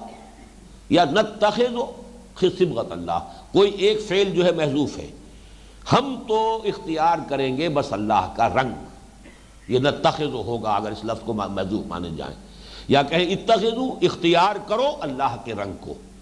وہ اس سے مراد کیا میں بھی عرض کر دوں گا، وَمَنْ أَحْسَنُ مِنَ اللَّهِ صِبْغَةً، اللہ کے رنگ سے بہتر رنگ اور کس کا ہوگا۔ یہاں پہ یہ رنگ جو ہے، ویسے تو یہ کہ ہر شے کی ایک کیفیت جو ہوتی ہے اسے آپ رنگ سے بھی تعبیر کر سکتے ہیں، لیکن یہاں خاص طور پہ نصارہ کے ہاں چونکہ بپتسمہ دینے کا، یہ جو ان کے ہاں 7ویں دن جیسے ہمارے ہاں عقیقہ ہوتا ہے، ان کے ہاں رسم تھی کہ ایک رنگین پانی سے بچے کو نہلاتے تھے، اور یہ گویا کہ ان کے ہاں وہ رنگ تھا کہ جس سے جو رنگ چڑھ گیا اب دین نصرانیت کا اس بچے کے اوپر، تو اس کے لیے علامت تھی استباغ۔ استباغ صبغ سے ہی بنا ہے، صاد بے غین جو ہے اس کے ساتھ جو ہے استباغ جب بنے گا تے باب افتعال میں تو وہ توئے بن جائے گی، اس کے قرب کی وجہ سے، صاد کے ساتھ مقاربت کی وجہ سے، تو استباغ جسے کہتے ہیں وہ در حقیقت رنگ دینا ہے۔ وہ رنگ دینا یہ رنگین پانی سے وہ بچے کو نہلاتے تھے، ہمارے ہاں تو ولادت کے فوراً بعد بچے کو نہلا دیا جاتا ہے، لیکن ان کے ہاں یہ کہ ہمارے ہاں 7ویں دن عقیقہ ہے، ان کے ہاں 7ویں دن اسے ایک رنگین پانی سے نہلاتے تھے، تو اس سے گویا کہ اب وہ ان کے رنگ، ان کے دین کا رنگ اس پر چڑھ گیا، یہ اس کی طرف تعریض ہے۔ صبغۃ اللہ، بس اللہ کا رنگ، اور اللہ کا رنگ معنوی رنگ ہے، یہ کوئی مادی رنگ نہیں ہے، یعنی اللہ کی بندگی کا رنگ، اللہ کے ساتھ خلوص اور اخلاص کا رنگ، وہ اختیار کرو، اللہ پر ایمان کا رنگ اختیار کرو۔ صبغۃ اللہ، اتخذوا صبغۃ اللہ یا نتخذ صبغۃ اللہ، ومن احسن من اللہ صبغہ، اللہ سے بہتر رنگ اور کس کا ہوگا، ونحن له عابدون، اور ہم تو بس اسی کی بندگی کرنے والے ہیں۔ اب یہاں دیکھیے گہرائی پیدا ہوئی ہے اسلام کے مقابلے میں عبادت میں، اس لیے کہ اسلام کے معنی کیا ہے، اطاعت، اور عبادت جب اطاعت شدید محبت کے جذبے سے کی جا رہی ہو، ہمہ تن اطاعت، ہمہ وقت اطاعت، ہمہ وجوہ اطاعت، اور محبت خداوندی کے شدید جذبے کے تحت اطاعت، ایک ہوتی مجبوری کو، مارے باندھے کو اطاعت، لہو اسلم من فی السماوات والارض طوعا وکرہا، آسمانوں اور زمین میں جو بھی کوئی ہے یا جو بھی کچھ ہے اللہ ہی کے سامنے جھکا ہوا ہے، اطاعت قبول کیے ہوئے ہے، چاہے اپنی پسند کے مطابق، اپنی مرضی سے، چاہے مجبوراً، تو طوعا اور کرہا۔ لیکن یہ کہ اسلام جو ہے مجبوری کے ساتھ بھی ہو سکتا ہے، اور بلکہ اسلام کے لفظ کی جو اصل حقیقت ہے وہ یوں سمجھیے کہ اگر کسی سے مقابلہ ہو رہا تھا آپ کا، اور آپ جو ہے اس سے کشاکش میں مبتلا تھے، لیکن یہ کہ عین درمیان میں آپ ایک وقت فیصلہ کرتے، سرنڈر کر دیتے، بھائی جنگ ختم، سپر انداز تب اگر جنگ است، اپنی آپ نے جو ذرا اپنی وہ جو سپر ہے وہ ڈال دی، گویا کہ آپ نے سرنڈر کر دیا۔ تو گردن نہادن، سرنڈر کر دینا، اپنے آپ کو سپرد کر دینا، سپردن، یہ در حقیقت اسلام ہے۔ لیکن اسی میں جب رنگ پختہ ہو جائے گا، گہرا ہو جائے گا، اپنی دلی آمادگی کے ساتھ، بلکہ صرف آمادگی نہیں، اللہ تعالیٰ کی شدید محبت کے جذبے سے اگر اللہ کی ہمہ وقت، ہمہ تن، ہمہ وجوہ اطاعت ہے تو وہ عبادت ہے۔ اس پر جو میری کتاب ہے مطالبات دین، اس میں چونکہ ایک چیپٹر یہی ہے، عبادت پر ہے، پہلا تقاضا یہ ہے، یا ایھا الناس اعبدوا ربکم الذی خلقکم والذین من قبلکم لعلکم تتقون، اور قرآن تو یہ کہتا ہے ہم نے انسانوں اور جنوں کو پیدا ہی کیا عبادت کے لیے، وما خلقت الجن والانس الا لیعبدون۔ تو دین کی اصل حقیقت اگر آپ سمجھنا چاہیں گے، اور مطالبات دین میں سے پہلا مطالبہ یہ ہے اللہ کی بندگی، زندگی آمد برائے بندگی، زندگی بے بندگی شرمندگی، تو اس عبادت کی اصل حقیقت کیا ہے؟ اور وہ ابن تیمیہ رحمہ اللہ اور حافظ ابن قیم رحمہ اللہ، ان دونوں نے جو اس کی ڈیفینیشن دی ہے وہ یہ ہے کہ غایت درجے میں اللہ کے سامنے اپنے آپ کو بچھا دینا، غایت الذل مع غایت الخضوع و غایت الحب، انتہا درجے کا اللہ کے سامنے جھکاؤ اور بچھ جانا، اور انتہا درجے کی اس سے محبت، دو چیزیں جمع ہوں گی تو عبادت پیدا ہوگی۔ اور وہ پھر رنگ جو ہے اللہ کا رنگ ہوگا. صبغۃ اللہ ومن احسن من اللہ صبغۃ ونحن له عابدون. قل اتحاجوننا فی اللہ وهو ربنا وربکم. یہ بات پہلے آ چکی ہے، اب صرف یہ کہ اپنے ذہن میں ٹانک لیجئے وہ قدر مشترک. بھائی جھگڑا کس بات پر ہے؟ ہم اللہ کو ماننے والے ہیں، کیا تم نہیں اللہ کو مانتے؟ ہمارے اور تمہارے مابین اللہ مشترک ہے، کس بات میں جھگڑا کر رہے ہو؟ قل اتحاجوننا، یہ بظاہر تو استفہام ہے، کیا ہم سے جھگڑا کر رہے ہو؟ یہ محاجہ یا محاججہ، دو جین جمع ہو گئے تو محاجہ بن گیا، باب مفعلہ ہے. حجت بازی کرنا، دلیل بازی کرنا، یہ محاججہ ہے باب مفعلہ میں. قل اتحاجوننا فی اللہ وہو ربنا وربکم. کہیے تو سوال در حقیقت توبیخ اور زجر کے لیے، یعنی ان کی ملامت انہیں کرنے کے لیے یہ بات، تم ہم سے جھگڑ رہے ہو اللہ کے بارے میں. وَهُوَ رَبُّنَا وَرَبُّكُمْ، وہ تو ہمارا بھی رب ہے تمہارا بھی رب ہے. وَلَنَا أَعْمَالُنَا وَلَكُمْ أَعْمَالُكُمْ، ہمارے لیے ہمارے اعمال ہیں، تمہارے لیے تمہارے اعمال ہیں. جھگڑا کاہے کا ہے؟ کاہے کو تمہیں جو تشویش ہو گئی ہے؟ اب یہاں دیکھیے روح سخن یہود کی طرف ہے کہ تمہیں تشویش کس بات کی ہے؟ محمد اسی اللہ کی اطاعت کی اور عبادت کی تو دعوت دے رہے ہیں جس کو تم بھی مانتے ہو، تو تمہیں تو ویلکم کہنا چاہیے. چلیے تم نہیں مانتے محمد کو، مخالفت تو نہ کرو. اور یہ بالکل جو 5ویں رکوع میں جو بنی اسرائیل سے خطاب شروع ہوا تھا تو آپ نے دیکھا تھا وہاں وَلَا تَكُونُوا أَوَّلَ كَافِرٍ بِهِ، تم تو سب سے پہلے کفر کرنے والے نہ بن جاؤ. تم تو تمہاری کتاب توراۃ کی وہ تائید کر رہے ہیں، اس کی توثیق کر رہے ہیں. تم جن کو مانتے ہو موسیٰ، ان کی تائید کر رہے ہیں. وہ تو آئے ہیں مصدق لما معکم، جو کچھ تمہارے پاس ہے اس کی تصدیق کرتے ہوئے قرآن نازل ہوا ہے، اس کی تصدیق کرتے ہوئے محمد آئے ہیں. تمہاری کتابیں میں جو پیشین گوئیاں ہیں ان کا مصداق بن کر محمد اور قرآن آئے ہیں صلی اللہ علیہ وسلم. فلا تکونوا اول کافر بہ، تو دیکھو تم ہی سب سے پہلے ان کے مخالف، سب سے بڑھ کر دشمن تم، سب سے بڑھ کر ان کا راستہ روکنے کی کوششیں کرنے والے اور سازشوں پر سازشیں کرنے والے تم. یہ گویا کہ ایک استفہامی انداز میں ملامت ہے، یہ ان کی زجر اور توبیخ ہے، اگرچہ بظاہر سوال ہے. اتحاجوننا فی اللہ وہو ربنا وربکم ولنا اعمالنا ولکم اعمالکم ونحن له مخلصون. ہم تو بالکل اس کے ساتھ اپنے آپ کو خالص کر لینے والے. یہ اخلاص جو ہے، یکسوئی، وہی حنیف، وہی لفظ جو ہے اس کا مفہوم یہ ہے اخلاص، خالص کوئی شے جس میں کوئی آمیزش نہ رہے. ہم نے اپنے آپ کو ہمہ وجوہ اللہ کے حوالے کر دیا ہے. ہم کسی درجے میں کوئی ریزرویشنز نہیں رکھ رہے، کوئی ایکسیپشنز نہیں، کوئی استثناءات نہیں. جو حکم آئے گا سر تسلیم خم ہوگا، جو بھی مطالبہ کیا جائے گا ہم حاضر ہوں گے. ہم نے تو پورے خلوص اور اخلاص کے ساتھ، بغیر کسی آمیزش کے، بغیر کسی ملاوٹ کے، بغیر کسی امپیورٹیز کے، ہم نے خالص اللہ تعالیٰ ہی کی اطاعت اور عبادت کو قبول کر لیا ہے. یہ نوٹ کر لیجئے، یہاں یہ لفظ آیا ہے تقریباً احسان کے ہم وزن. اسلام، ایمان، احسان. یہاں اسلام، عبادت اور اخلاص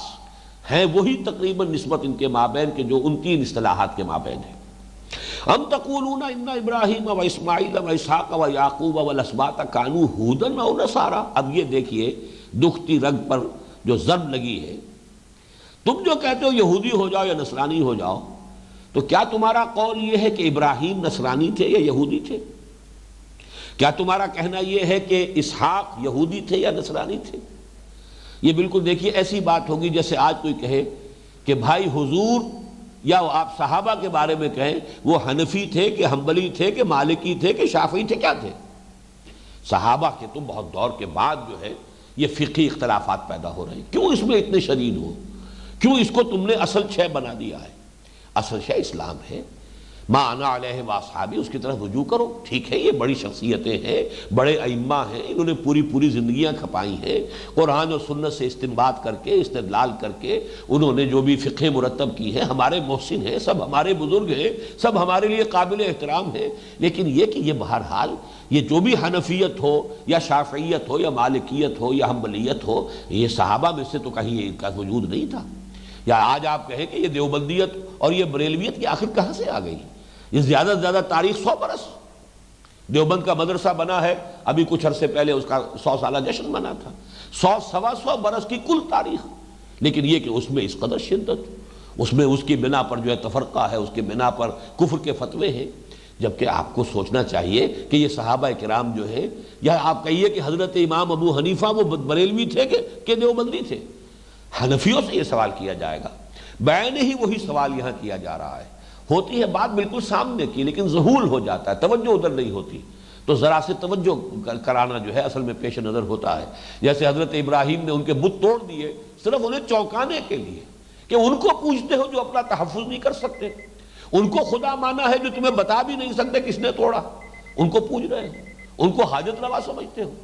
اسی طریقے سے یہاں پر ام تقولون، یہاں پر بھی وہ سوال ہے، بظاہر سوال جو ہے وہ استفہام نہیں ہے، اصل میں پھر وہی زجر اور توبیخ، ان کے موقف کا جو بودا پن ہے، جو غیر منطقی ہے ان کا موقف، اس کو نمایاں کیا جا رہا ہے سوالیہ انداز میں۔ ام تقولون ان ابراہیم و اسماعیل و اسحاق و یعقوب والاسباط کانوا ھودا او نصارا، کیا تمہارا کہنا یہ ہے کہ ابراہیم اور اسماعیل اور اسحاق اور یعقوب اور ان کے جو نسلیں تھیں، ان کی جو اولاد تھی، یہ یہودی تھے یا نصرانی تھے؟ قل انتم اعلم ام اللہ، اے نبی کہیے کیا تم زیادہ جانتے ہو یا اللہ زیادہ جانتا ہے؟ یہ بات تو ظاہر بات ہے کہ وہ بھی جانتے تھے، کیا کہہ سکتے تھے؟ انہیں معلوم ہے حضرت موسیٰ علیہ السلام ہی سے یہودیت کا آغاز ہوا، حضرت عیسیٰ علیہ السلام سے ہی نصرانیت کا آغاز ہوا۔ حضرت عیسیٰ علیہ السلام تو نزول قرآن سے کل 600 برس قبل کی شخصیت ہے، حضرت موسیٰ علیہ السلام حضور صلی اللہ علیہ وسلم سے کل 2000 برس قبل کی شخصیت ہے، ابراہیم 4000 برس قبل کی شخصیت تھے، یا کم سے کم 3000 برس قبل کی شخصیت تھے، آج 4-4.25 سال قبل کی شخصیت ہے۔ تم نوٹ کرو، تو غور کرو، تم اس کی وجہ سے جو ہے اسی پر ہدایت کا دار و مدار کر لینا، اس کو سمجھنا کہ بس جو یہودی ہوا اور نصرانی ہوا بس وہی ہدایت کا، گویا کہ اسی کی ہدایت جو ہے وہ مصدقہ ہے اور ایکنالجڈ ہوگی، تو یہ تمہارے موقف کا بودا پن ہے۔ ام تقولون ان ابراہیم و اسماعیل و اسحاق و یعقوب والاسباط کانوا ھودا او نصارا، یہاں پھر نوٹ کیجئے اسی فلو میں حضرت اسماعیل کا نام جو ہے ٹانکا گیا ہے، اس لیے کہ وہ تو اگرچہ اپنی اگر وہ کہیں گے شجرہ نسب ملائیں گے تو اس میں اسماعیل نہیں آتے، اس لیے کہ اس میں تو یعقوب ابن اسحاق ابن ابراہیم، اس شجرے میں براہ راست اسماعیل نہیں ہے، لیکن یہاں خاص طور پر حضرت اسماعیل کہ ان کی نسل میں محمد الرسول اللہ صلی اللہ علیہ وسلم، اور اللہ کا یہ شکر ہے کہ تورات کے جو بھی جن لوگوں نے اس میں تحریف کی ہے، حضرت اسماعیل کے نام کو مٹایا نہیں ہے، صرف اسی پر اکتفا کر لی ہے کہ ان کے بارے میں یہ کہا ہے کہ وہ تو بہرحال کم تر درجے کے تھے، کہ ایک کنیز اور لونڈی کے بطن سے پیدا ہوئے، وہ کوئی برابر کے نہیں ہو سکتے اسحاق کے ساتھ، وہ ہیں اصل بیٹے، اصل تو وارث جو ہے حضرت اسحاق ہیں حضرت ابراہیم کے، یہاں تک تو بات انہوں نے کی ہے، لیکن حضرت اسماعیل کا وجود، ان کی شخصیت، اس کی نفی نہیں کی۔ وہ ان کے ہاں بھی متفق علیہ ہے کہ ہاں ابراہیم کے ایک بیٹے اسماعیل بھی تھے، اگرچہ ذبیح اللہ حضرت اسماعیل کو نہیں مانتے، حضرت اسحاق کو قرار دیا۔ اور اس پر جیسا کہ میں نے آپ کو پہلے بھی بتایا تھا کہ بہت عمدگی کے ساتھ مولانا فراہی رحمۃ اللہ علیہ نے ثابت کیا ہے کہ تورات ہی کے ذریعے سے، اس لیے کہ وہ جو میں نے محاورہ آپ کو پہلے سنایا تھا، چور کے پاؤں نہیں ہوتے، یعنی چور چوری کرتے ہوئے کتنا ہی ایکسپرٹ ہو، کوئی نہ کوئی چھوڑ جاتا ہے نشانات، جس سے کہ کھوج لگا سکتے ہیں، اور انویسٹیگیشن کرنے والے جو ہیں وہ سراغ رسانی کرنے والے، کوئی نہ کوئی سراغ رہ جاتا ہے، چاہے کتنا ہی ایکسپرٹ آدمی ہو۔ تو چور کے پاؤں نہیں ہوتے، اسی طریقے سے جنہوں نے تحریف کی ہے تورات میں، وہ کسی جگہ پر وہ آثار چھوڑ گئے، اور ان آثار کو جمع کر کے مرتب کر کے، اور مولانا فراہی رحمۃ اللہ علیہ نے عربی زبان میں یہ کتاب لکھی تھی الرأی الصحیح فی من هو الذبیح، جس کا ترجمہ مولانا اصلاحی صاحب نے کیا ذبیح کون ہے، اور اس میں ثابت کیا تورات ہی سے کہ ذبیح حضرت اسماعیل ہی تھے، یہی گھر ہے پرانا بیت اللہ، بلکہ یہی یہود کے لیے بھی قبلہ تھا۔ جب ہیکل سلیمانی تعمیر ہوا، اس کا رخ بھی یہی تھا کہ اس کے اندر قبلہ جو ہے وہ بنتا تھا یہی بیت اللہ، اور ان کے جو اپنا جب وہ سفر میں رہتے تھے تو ان کا جو خیمہ ہوتا تھا قربان گاہ کا، اس خیمے کو جب وہ استادہ کرتے تھے، لگاتے تھے، تو اسی طرح لگاتے تھے کہ قربانی کرنے والا جو ہے اس کا رخ جب وہ کھڑا ہوتا تھا، اس کا رخ ہوتا تھا جنوب کی طرف، خانہ کعبہ کی طرف۔ یہ ساری چیزیں انہوں نے تورات ہی کے حوالوں سے ثابت کی۔ ام تقولون ان ابراہیم و اسماعیل و اسحاق و یعقوب والاسباط کانوا ھودا او نصارا قل انتم اعلم ام اللہ ومن اظلم ممن کتم شہادۃ عنده من اللہ وما اللہ بغافل عما تعملون۔ اب یہ ٹکڑا اس آیت مبارکہ کا جو ہے اسے ہم اگلی نشست کے اندر بیان کریں گے۔ اقول قولی ھذا واستغفر اللہ لی ولکم ولسائر المسلمین والمسلمات۔ یہ اگلی نشست مراد جو ہے وہ اگلا درس نہیں ہے، ابھی چند منٹ کے بعد یہ ہم الحمدللہ والصلاة والسلام علی عبادہ الذین اصطفى خصوصاً علی افضلہم وخاتم النبیین محمد الامین وعلی آلہ وصحبہ اجمعین اما بعد فقد قال اللہ تبارک وتعالی کما ورد فی سورة البقرہ فی اول الجزء الثانی اعوذ باللہ من الشیطان الرجیم بسم اللہ الرحمن الرحیم سيقول السفهاء من الناس ما ولاهم عن قبلتهم التي كانوا عليها قل لله المشرق والمغرب يهدي من يشاء إلى صراط مستقيم وَكَذَلِكَ جَعَلْنَاكُمْ أُمَّةً وَسَطًا لِتَكُونُوا شُهَدَاءَ عَلَى النَّاسِ وَيَكُونَ الرَّسُولُ عَلَيْكُمْ شَهِيدًا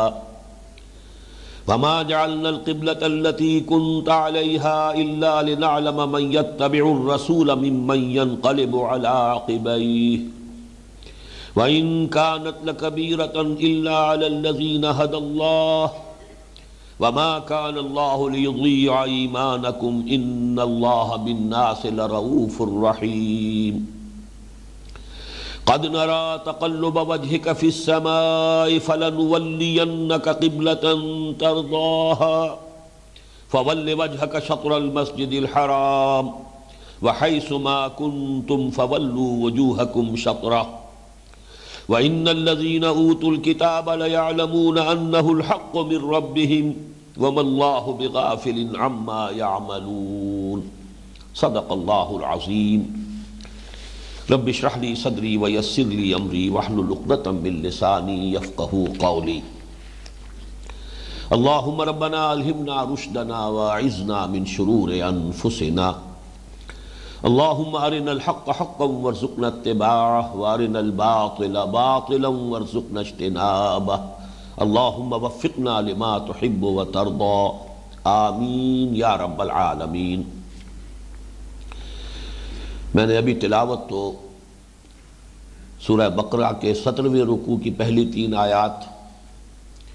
جو دوسرے پارے کی بھی پہلی 3 آیات ہیں ان کی ہے، لیکن ابھی ہمیں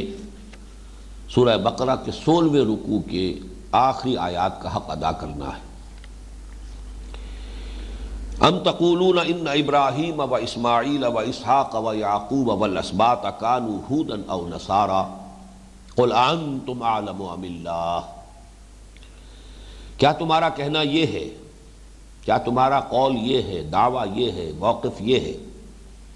کہ ابراہیم اور اسماعیل اور اسحاق اور یعقوب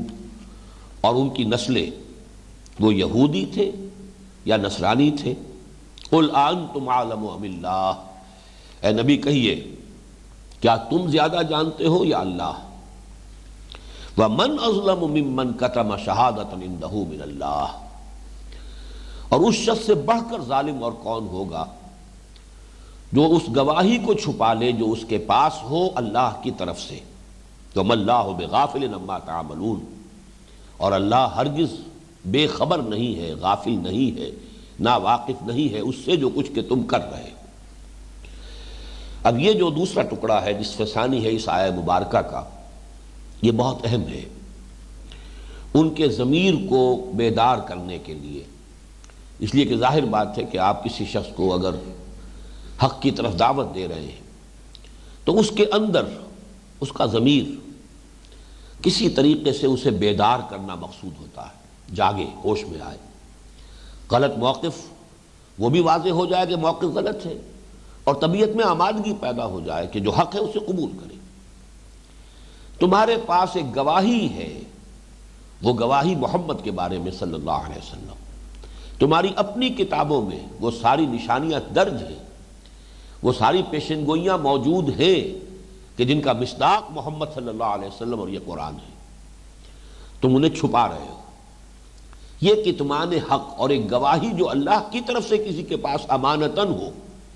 اس کو چھپانے والا گویا کہ سب سے بڑا مجرم وہ ہے، سب سے بڑا ظالم وہ ہے۔ وَمَنْ أَظْلَمُ مِمَّنْ كَتَمَ شَهَادَةً عِنْدَهُ مِنَ اللَّهِ، کون بڑا ظالم ہوگا اس شخص سے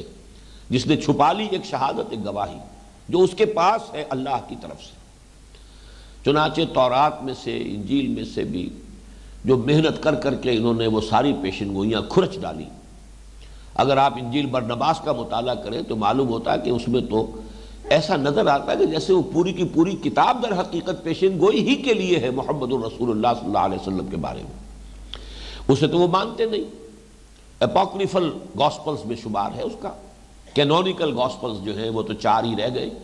104 میں سے انہوں نے یہ 4 چنی تھی، اور یہ معلوم ہونا چاہیے کہ چننے کا انداز کیا تھا۔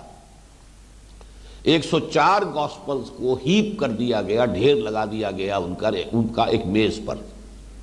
اور سب نے دعا کی کہ پروردگار ان میں سے جو حق ہے وہ اس میز پر باقی رہ جائیں، باقی سب نیز سے گر جائیں۔ دروازہ بند کر کے چلے گئے۔ اگلے روز جو آئے تو 4 اوپر تھی، باقی سب نیچے تھی۔ پتہ نہیں وہ چوہے دوڑتے رہے، ان چوہوں کے دوڑنے سے باقی سب نیچے گر گئی، وہ 4 اوپر تھی، وہ 4 اوپر۔ یہ کینونیکل ہے، یعنی کسی عقلی دلیل پر، کسی علمی بنیاد پر اس کی وہ جو ہے اس کی وہ نہیں ہوا ہے انتخاب کی، یہ کینونیکل۔ لیکن یہ کہ اس کے باوجود ان کینونیکل گاسپلز میں بھی موجود ہیں وہ پیشن گوئیاں موجود ہیں، وہ فارقلیت والی مثال، وہ پیشن گوئی موجود ہے۔ اس کا ذکر پہلے بھی آیا ہے، سورہ صف کے درس کے ضمن میں خاص طور پہ تفصیل سے اس پر ہم بحث کر چکے ہیں۔ اسی طریقے سے کتاب الاستثناء جو ہے ڈیوٹرانومی، اس میں جو اس کے 18ویں باب کی 18ویں آیت ہے، اس کا کوئی شخص مصداق بن ہی نہیں سکتا سوائے محمد کے صلی اللہ علیہ وسلم، کہ میں ان کے بھائیوں میں سے تیرے مانند ایک رسول اٹھاؤں گا اور اس کے منہ میں اپنا کلام ڈالوں گا۔ اب ظاہر بات ہے کہ بنی اسرائیل کے بھائی تو بنی اسماعیل ہو سکتے ہیں، بنی اسرائیل کا کوئی نبی اس پیشن گوئی کا مصداق نہیں بن سکتا۔ اس کے بھائیوں میں سے تو ان میں سے اٹھے ہیں تو حضرت محمد صلی اللہ علیہ وسلم، اگر ان میں سے ہیں، بنی اسرائیل میں سے ہیں، تو وہ تو انہی میں سے ہیں، ان کے بھائیوں میں سے تو نہ ہوئے۔ پھر حضرت موسیٰ کے مسیل، میں نے ابھی حال ہی میں دیکھی ہے کتاب،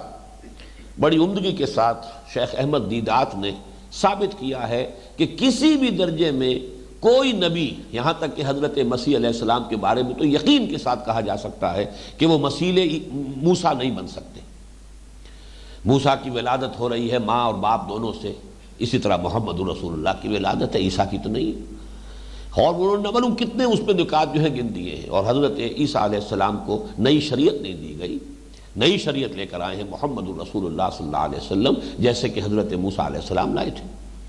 اس حوالے سے مسیل موسیٰ اگر بن سکتے ہیں تو صرف محمد صلی اللہ علیہ وسلم۔ تو پیشن گوئیاں موجود ہیں، گواہیاں موجود ہیں، اسی لیے آگے چل کر آپ دیکھیں گے آیت آ جائے گی کہ یعرفونہ کما یعرفون ابناءہم، ان کے جو علماء ہیں وہ ایسے پہچانتے ہیں محمد صلی اللہ علیہ وسلم کو اور قرآن کو اور اس قبلے کو جیسے کہ وہ اپنے بیٹوں کو پہچانتے ہیں۔ وَإِنَّ فَرِيقًا مِّنْهُمْ لَيَكْتُمُونَ الْحَقَّ وَهُمْ يَعْلَمُونَ، لیکن جانتے بوجھتے پہچاننے کے باوجود وہ حق کو چھپا رہے ہیں۔ یہ ان کی ہٹ درمی ہے، یہ ان کی ضد ہے، یہ ان کا عناد ہے۔ فَإِنَّمَا هُمْ فِي شِقَاقٍ، وہ شقاق میں بغض کے اندر مبتلا ہے۔ وَمَنْ أَظْلَمُ مِمَّنْ كَتَمَ شَهَادَةً عِنْدَهُ مِنَ اللَّهِ، اس شخص سے بڑھ کر ظالم کون ہوگا جس نے اللہ کی ایک گواہی جو اس کے پاس تھی اسے چھپا لیا۔ وَمَا اللَّهُ بِغَافِلٍ عَمَّا تَعْمَلُونَ۔ میں یہاں پہ تاریخی طور پر عرض کر دوں کہ حضور کا معاملہ تو حضور کا معاملہ ہے، یہاں تو تاریخی طور پر ثابت ہے کہ حضرت عمر رضی اللہ تعالیٰ عنہ کا حلیہ تورات میں موجود تھا۔ اسی بنیاد پر عیسائیوں نے کھول دیے دروازے بیت المقدس کے، جب حضرت عمر رضی اللہ تعالیٰ عنہ پہنچے ہیں مدینے سے سفر کر کے، اور پھر یہ کہ وہ فصیل کے اوپر کھڑے ہو کر حضرت عمر رضی اللہ تعالیٰ عنہ کا حلیہ دیکھ کر اور اپنی کتابوں کے حوالے سے جو ہے ملاتے چلے گئے کہ ہاں بعین ہی یہی وہ شخص ہے جن کے بارے میں ہماری کتابوں میں درج تھا کہ یہ بیت المقدس ان کے ہاتھ پر فتح ہوگا۔ بغیر لڑے بھیڑے دروازے کھول دیے، حوالے کر دیے۔ یہ انہوں نے کہا تھا پہلے۔ حضرت ابو عبیدہ بن الجراح رضی اللہ تعالی عنہ یہ تھے وہاں پر کمانڈر اس محاذ پر، اور جب وہ بہت طول کھینچ گیا محاصرہ تو خود وہ شہر والوں نے کہا کہ مسلمانوں تم قیامت تک بھی یہاں پڑے رہو یہ محاصرہ کیے ہوئے، یہ شہر فتح نہیں ہوگا۔ اسے فتح ہونا ہے، لیکن جس شخص کے ہاتھوں فتح ہونا ہے تم میں ہمیں وہ نظر نہیں آ رہا۔ اس وقت اچانک خیال آیا حضرت ابو عبیدہ رضی اللہ تعالیٰ عنہ کو کہ یہ معاملہ ہو نہ ہو حضرت عمر کا ہے۔ پھر وہ ریکویسٹ گئی ہے محاذ جنگ سے کہ آپ تشریف لائیے۔ اور پھر آپ نے وہ طویل سفر اختیار کیا ہے، تاریخی سفر ہے، اتنا طویل سفر، ایک اونٹ اور ایک خادم، کوئی انٹوریج اور کوئی خدم و حشم اور کوئی لاؤ لشکر، کچھ نہیں، خلیفۃ المسلمین تنہا ایک خادم کے ساتھ، اور ایک منزل خلیفۃ المسلمین اوپر بیٹھے ہیں اونٹ پر، اور خادم کے ہاتھ میں نکیل ہے اور وہ آگے چل رہا ہے، اور اگلی منزل خادم اوپر براجمان ہے اونٹ پر، اور حضرت عمر نے نکیل پکڑی ہوئے چلے آ رہے ہیں۔ بہرحال وہ تو ایک یوں سمجھیے کہ ایک ایسی بے نظیر یہ معاملہ ہے کہ جس کی کوئی نظیر تاریخ انسانی پیش نہیں کر سکتی۔ بہرحال حضرت عمر کے بارے میں اگر یہ سب کچھ ہے، ذالک مثلہم فی التوراۃ ومثلہم فی الانجیل، یہ ان کے تورات میں اور انجیل کے اندر ان کی مثالیں اور ان کی یہ چیزیں موجود ہیں، تو حضرت خود حضور صلی اللہ علیہ وسلم کا معاملہ تو بہت آگے کی بات ہے۔ وَمَنْ أَظْلَمُ مِمَّنْ كَتَمَ شَهَادَةً عِنْدَهُ مِنَ اللَّهِ وَمَا اللَّهُ بِغَافِلٍ عَمَّا تَعْمَلُونَ تِلْكَ أُمَّةٌ قَدْ خَلَتْ۔ یہاں پہ اب سم اپ کیا جا رہا ہے اس پوری بحث کو، یہ 4 رکوعوں میں، جیسے کہ پہلے 4 رکوعوں میں 2 اور 2 کی تقسیم تھی، یہاں پر بھی 2 اور 2 کی تقسیم ہوئی۔ اب تک حضرت ابراہیم، حضرت اسماعیل، خانہ کعبہ کی ساری بحث کرنی تھی، جو رد و قضا تھا بنی اسرائیل کے ساتھ، اب اس پوری بحث کو سم اپ کیا جا رہا ہے۔ پھر وہی الفاظ آ گئے جو اس سے پہلے بھی اسی رکوع میں آ چکے ہیں،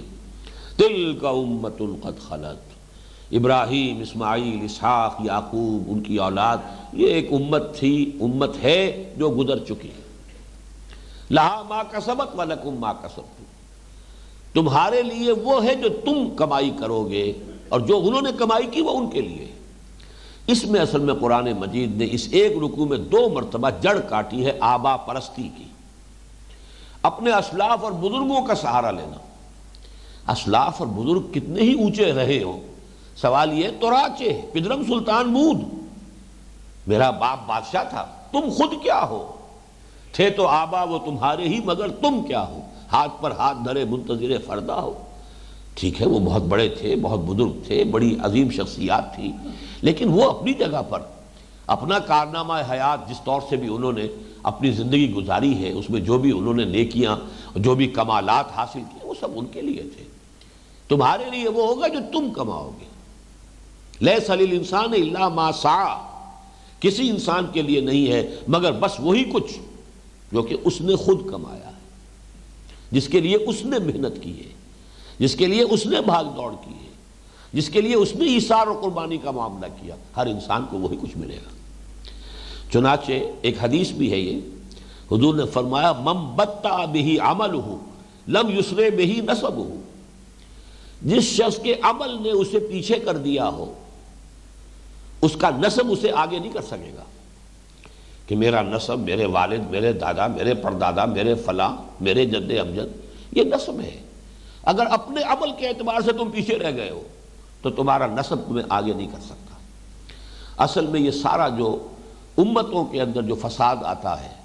سارا دار و مدار اور تکیہ اس پر کہ ہمارے بڑے، ہمارے بزرگوں جن سے ہماری نسبت ہے، جن کے ہم نام لیوا ہیں، ان کے حوالے سے ہماری جو ہے ہماری بھی نجات ہو جائے گی، اور ہم بھی در حقیقت انہی کے ذریعے سے اور انہی کے حوالے سے اور انہی کا دامن پکڑے ہوئے ہم بھی گزر جائیں گے پل صراط سے اور جنت میں داخل ہو جائیں گے۔ اس کی نفی قرآن کرتا ہے، لیس للانسان الا ما سعی وان سعیہ سوف یری، ہاں جو بھاگ دوڑ تم نے کی ہے، جو محنت ہے، کمائی ہے، وہ تمہارے سامنے رکھ دی جائے گی۔ فمن یعمل مثقال ذرۃ خیرا یرہ ومن یعمل مثقال ذرۃ شرا یرہ، ذرے کے ہم وزن نیکی کی ہوگی وہ بھی سامنے موجود پاؤ گے، اور ذرے کے ہم وزن اگر کوئی برائی کمائی ہے تو وہ بھی سامنے موجود پاؤ گے۔ تلک امۃ قد خلت لہا ما کسبت ولکم ما کسبتم ولا تسألون عما کانوا یعملون، اور تم سے یہ سوال نہیں کیا جائے گا کہ وہ کیا کرتے تھے، وہ اپنی جواب دہی وہ خود کریں گے، تم سے تو یہ پوچھا جائے گا تم کیا کر کے لائے ہو۔ ان کے اعمال کے حوالے سے تمہارا فیصلہ نہیں ہوگا، تمہارا فیصلہ جو ہے وہ تمہارے اپنے اعمال کی بنیاد پر ہوگا۔ اب اس کے بعد آئیے، اب یہ 2 رکوع جو آ رہے ہیں، ایک نقطہ نوٹ کر لیجئے کہ 17واں اور 18واں رکوع جو ہے سورہ بقرہ کا، یا دوسرا پارہ جو ہے سیقول، اس کے پہلے 2 رکوع کل کے کل تحویل قبلہ کی بحث پر مشتمل ہے، اور جس طرح تکرار کے ساتھ یہ بات آئی ہے اس سے آپ کو اندازہ ہوگا کہ کس قدر حساس یہ مسئلہ بن گیا تھا، ورنہ اتنی بحث 2 رکوع اس ایک واقعے کے اوپر قرآن مجید میں، اور حالانکہ یہ 2 رکوع تو یہاں ہیں، اس سے 4 رکوع پہلے بات ہو چکی ہے، ہم پڑھ چکے ہیں للہ المشرق والمغرب فینما تولوا فثم وجہ اللہ، یہ آیت پہلے آ چکی ہے۔ آگے چل کر پھر 2 رکوعوں کے بعد آیت آنے والی ہے لیس البر ان تولوا وجوہکم قبل المشرق والمغرب ولکن البر من آمن الی آخر الآیہ۔ یہ مشرق اور مغرب کی طرف رخ کر لینا جو ہے یہ اصل نیکی نہیں ہے۔ تو معلوم ہوا کہ یہ معاملہ بہت حساس ہو گیا تھا، اس کا ایک تاریخی پس منظر ہے، اس کو آپ سمجھ لیجئے۔ یہ جو ٹیکنیکل بحث ہے کہ یہ تحویل قبلہ کی صورت پیش کیسے آئی، کیوں ہوئی، پہلے قبلہ کیا تھا، بعد میں کیوں ہوا، پھر اس کے بعد جو ہے رجوع کیسے ہوا، میں اس کو علیحدہ رکھ رہا ہوں۔ ابھی اس کی جو حساسیت ہے اس مسئلے کی، اس کی اہمیت کو سمجھیے۔ پس منظر یہ ہے کہ مدینہ منورہ میں یہودیوں کے 3 بہت مضبوط اور طاقتور قبیلے موجود تھے، اور ان کی گڑھیاں، ان کے قلعے تھے۔ ان کا معاملہ یہ ہے کہ اگر حضور صلی اللہ علیہ وسلم مدینے میں آتے ہی ان کے ساتھ کوئی مقابلہ، کنفرنٹیشن اگر شروع ہو گیا ہوتا تو یہ کہ مدینے میں اسلام کو جڑ جمانے کے لیے مہلت اور وقت نہ ملتا۔ حکمت خداوندی اس کی متقاضی ہوئی کہ کچھ معاملہ یہود کے ساتھ کچھ عرصے کے لیے ایسا رہے کہ ابھی ان کے خلاف کوئی محاذ نہ کھلے۔ اس کے لیے ایک تو کام وہ ہے جو آپ کو معلوم ہے کہ حضور صلی اللہ علیہ وسلم کے اپنے تدبر کا شاہکار ہے کہ آپ نے آتے ہی 3 قبیلوں کے ساتھ معاہدہ کر لیا، معاہدے میں جکڑ لیا۔ یہ حکمت خداوندی کا معاملہ ہوا کہ 16 مہینے حضور نے بیت المقدس کی طرف رخ کر کے نماز پڑھی۔ نتیجہ کیا نکلا؟ بیت المقدس گویا کہ ان کا اہم ترین متبرک مقام، ان کا قبلہ۔ اس حوالے سے انہوں نے یہ سمجھا کہ یہ کوئی بالکل علیحدہ، بالکل نئی شے نہیں ہے، بلکہ میں ایک لفظ استعمال کر رہا ہوں کہ اگر انہوں نے یہ سمجھا ہو، اس کے لیے کوئی ثبوت نہیں ہے، کوئی حوالہ تاریخی نہیں ہے، لیکن یہ کہ اگر سرکمسٹانشل ایویڈنس جمع کیا جائے تو یہ بات کہی جا سکتی ہے کہ انہوں نے یہ محسوس کیا کہ یہ محمد اور ان کے ساتھی ہمارے کیمپ فالوورز ہیں، ہمارے ہی قبلے کی پیروی کر رہے ہیں نا، تو ایک اعتبار سے ہمارے تابع ہوئے۔ اس لیے انہیں فوری طور پر کوئی چیلنج کا احساس نہیں ہوا، فوری طور پر خطرے کا احساس نہیں ہوا۔ ورنہ جبکہ ابھی حضور صلی اللہ علیہ وسلم کی پوزیشن کنسولیڈیٹ نہیں ہوئی تھی مدینہ منورہ کے اندر، اگر اسی وقت سے ان کی ریشہ دوانیاں شروع ہو گئی ہوتی اور اسی وقت سے ان کی مخالفت جو ہے پوری شدت پر کھڑی ہو گئی ہوتی تو یہ کہ عالم واقعہ میں ویسے تو اللہ تعالیٰ کی قدرت سے کوئی شے بعید نہیں، اللہ تعالیٰ ان کی ریشہ دوانیوں کو، ان کی سازشوں کو اور دوسرے طریقوں سے بھی ان کو غیر مؤثر کر سکتا تھا، لیکن حکمت خداوندی ہی یہ ہوئی کہ ان کو کچھ عرصے کے لیے ذرا اس اشتعال میں آنے سے بچا لیا جائے، اور وہ اس طور سے کہ حضور صلی اللہ علیہ وسلم نے انہی کی چیزوں کی پیروی شروع کر دی۔ مثلا ایک اور بات نوٹ کیجئے، حضور جب مدینہ تشریف لائے تو معلوم ہوا کہ یہودی جو ہے روزہ رکھتے ہیں، جو یہ 10ویں محرم کا روزہ ہے، عاشورہ کا روزہ۔ حضور نے پوچھا یہ آپ لوگ کیوں رکھتے ہیں؟ انہوں نے کہا کہ یہ وہ دن ہے جس دن کے فرعون غرق ہوا اور ہمیں نجات ملی تھی آل فرعون سے، اور ہماری نگاہوں کے سامنے حضرت موسیٰ علیہ السلام اور اس وقت کے جو ہماری قوم تھی ان کی نگاہوں کے سامنے ہمارا دشمن غرق ہوا۔ حضور نے کہا پھر ہم تو زیادہ حق مستحق ہیں اس کے کہ ہم اس دن کا روزہ رکھیں۔ آپ نے عاشورہ کا روزہ رکھنے کا حکم دے دیا مسلمانوں کو۔ اب یہ میں سمجھتا ہوں کہ ان تمام چیزوں کو آپ نوٹ کیجئے، تو یہ تو ہم نہیں کہیں گے کہ حضور نے ان کی خوشنودی حاصل کرنے کے لیے ایسا کیا، معاذ اللہ معاذ اللہ، لیکن یہ کہ اس کے نتیجے میں یقیناً جو بات پیدا ہوئی وہ یہ کہ انہوں نے محسوس کیا کہ ٹھیک ہے ہمارے ان کے درمیان کوئی بہت بڑی خلیج نہیں ہے، ابھی کوئی ناقابل عبور جو ہے ہمارے ان کے درمیان کھائی اور خلیج جو ہے پیدا نہیں ہوئی ہے، تو اس سے جس کو آپ کہتے ہیں بائی ٹائم وقت مل گیا محمد الرسول اللہ صلی اللہ علیہ وسلم کو کہ آپ نے اپنی پوزیشن کو مدینے میں مستحکم کر لیا۔ اس کے بعد تحویل قبلہ ہوئی، لیکن اس تحویل قبلہ کے حوالے سے اب جو سینسٹیو ایشو پیدا ہو گیا کہ یہود نے جب دیکھا کہ یہ تو معاملہ بالکل کچھ اور نکلا، یہ تو نئی امت کا مسئلہ ہو گیا، نیا مرکز، نیا قبلہ، نئی امت، اس لیے اب ان کے کان کھڑے ہوئے۔ انہوں نے اس پر مخالفانہ پروپیگنڈے کا طوفان کھڑا کر دیا،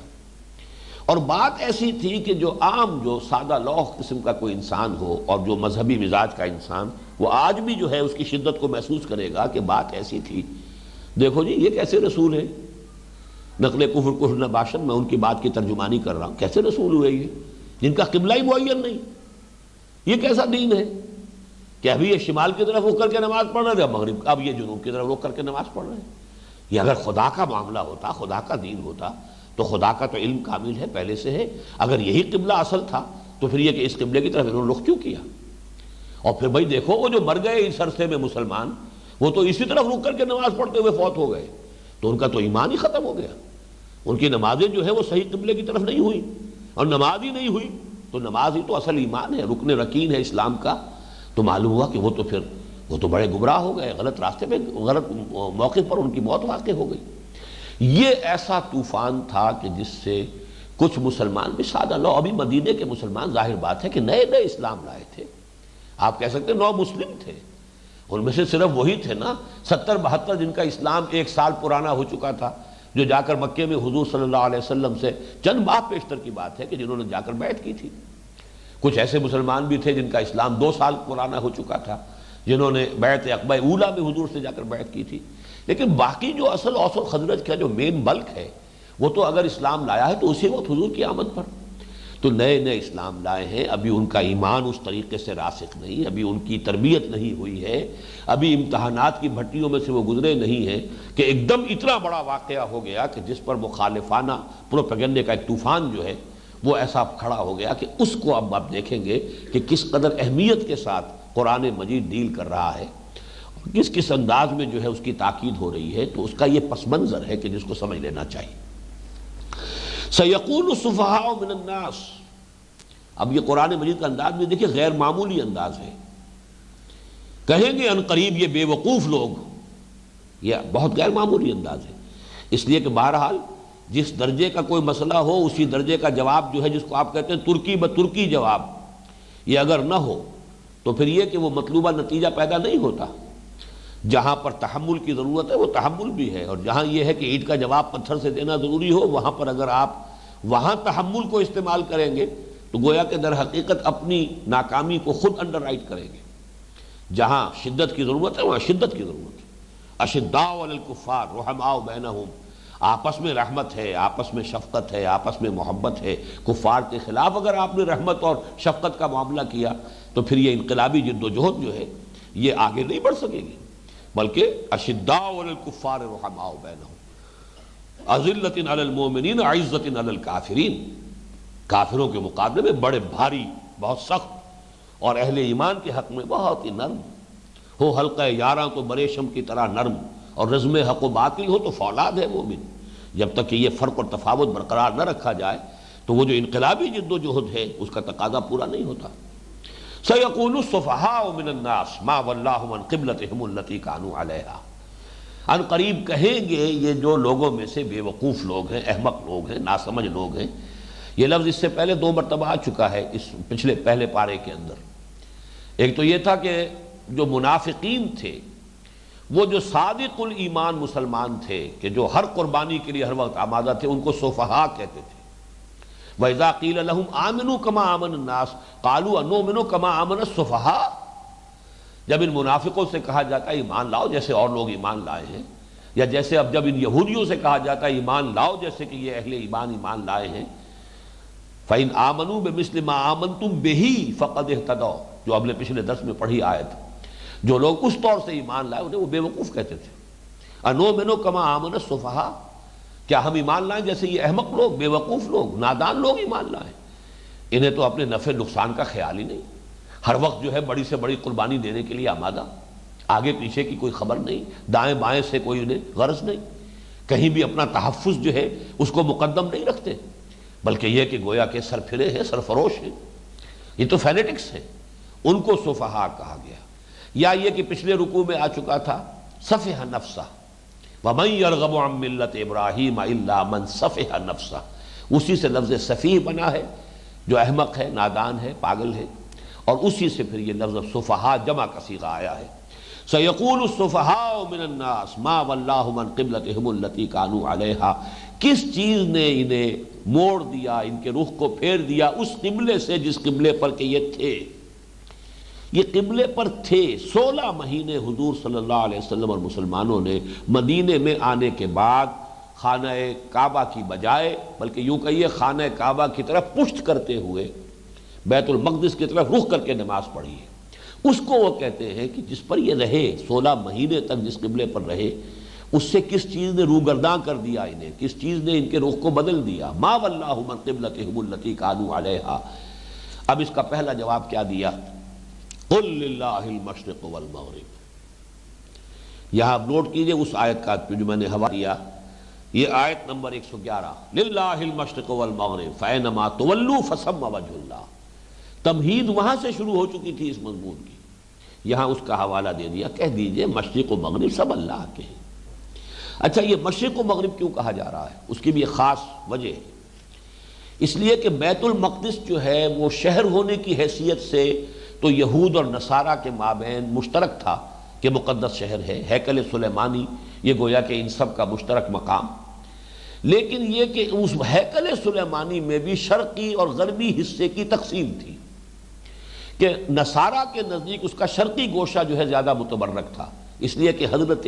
مریم سلام علیہا نے وہاں اعتکاف کیا تھا. اذ انتبذت من اہلہا مکانا شرقیہ. تو شرقی جانب چونکہ حضرت مریم کا وہ اعتکاف تھا، اور اسی اعتکاف میں پھر وہ فرشتہ ان کے پاس آیا ہے اور وہ حضرت عیسیٰ علیہ السلام کی بشارت لے کر آیا ہے. جبکہ یہود کے نزدیک اس کا غربی گوشہ جو ہے وہ زیادہ متبرک تھا. تو وہاں پر عین اس خانہ اس میں جا کر ہیکل سلیمانی میں ان کے مابین تقسیم ہو جاتی تھی. اگرچہ ویسے یہ کہ شہر کے اعتبار سے ہیکل سلیمانی اور پورا بیت المقدس جو ہے وہ مقدس ہے ان کے نزدیک، دونوں کے نزدیک، لیکن خود ہیکل کے اندر، اس معبد کے اندر ان کے ہاں تقسیم شرق اور غرب کی تھی. ایک رائے یہ ہے کہ یہ صرف ایک محاورے کے طور پر، جب بھی آپ کبھی تمام سمتوں کا تذکرہ کرنا چاہیں تو مشرق و مغرب ہی عام طور پر محاورے میں آتا ہے، شمال اور جنوب محاورے میں آتا ہی نہیں. تو مشرق مغرب سب اللہ کے ہیں. یہ در حقیقت جیسے کہ اقبال نے کہا، درویش خدا مست نہ شرقی ہے نہ غربی. تو شرق اور غرب جو ہے محاورے میں در حقیقت تمام سمتوں کے احاطے کے لیے آتا ہے. ایک رائے یہ ہے کہ اس وجہ سے یہاں لفظ مشرق اور مغرب آیا ہے.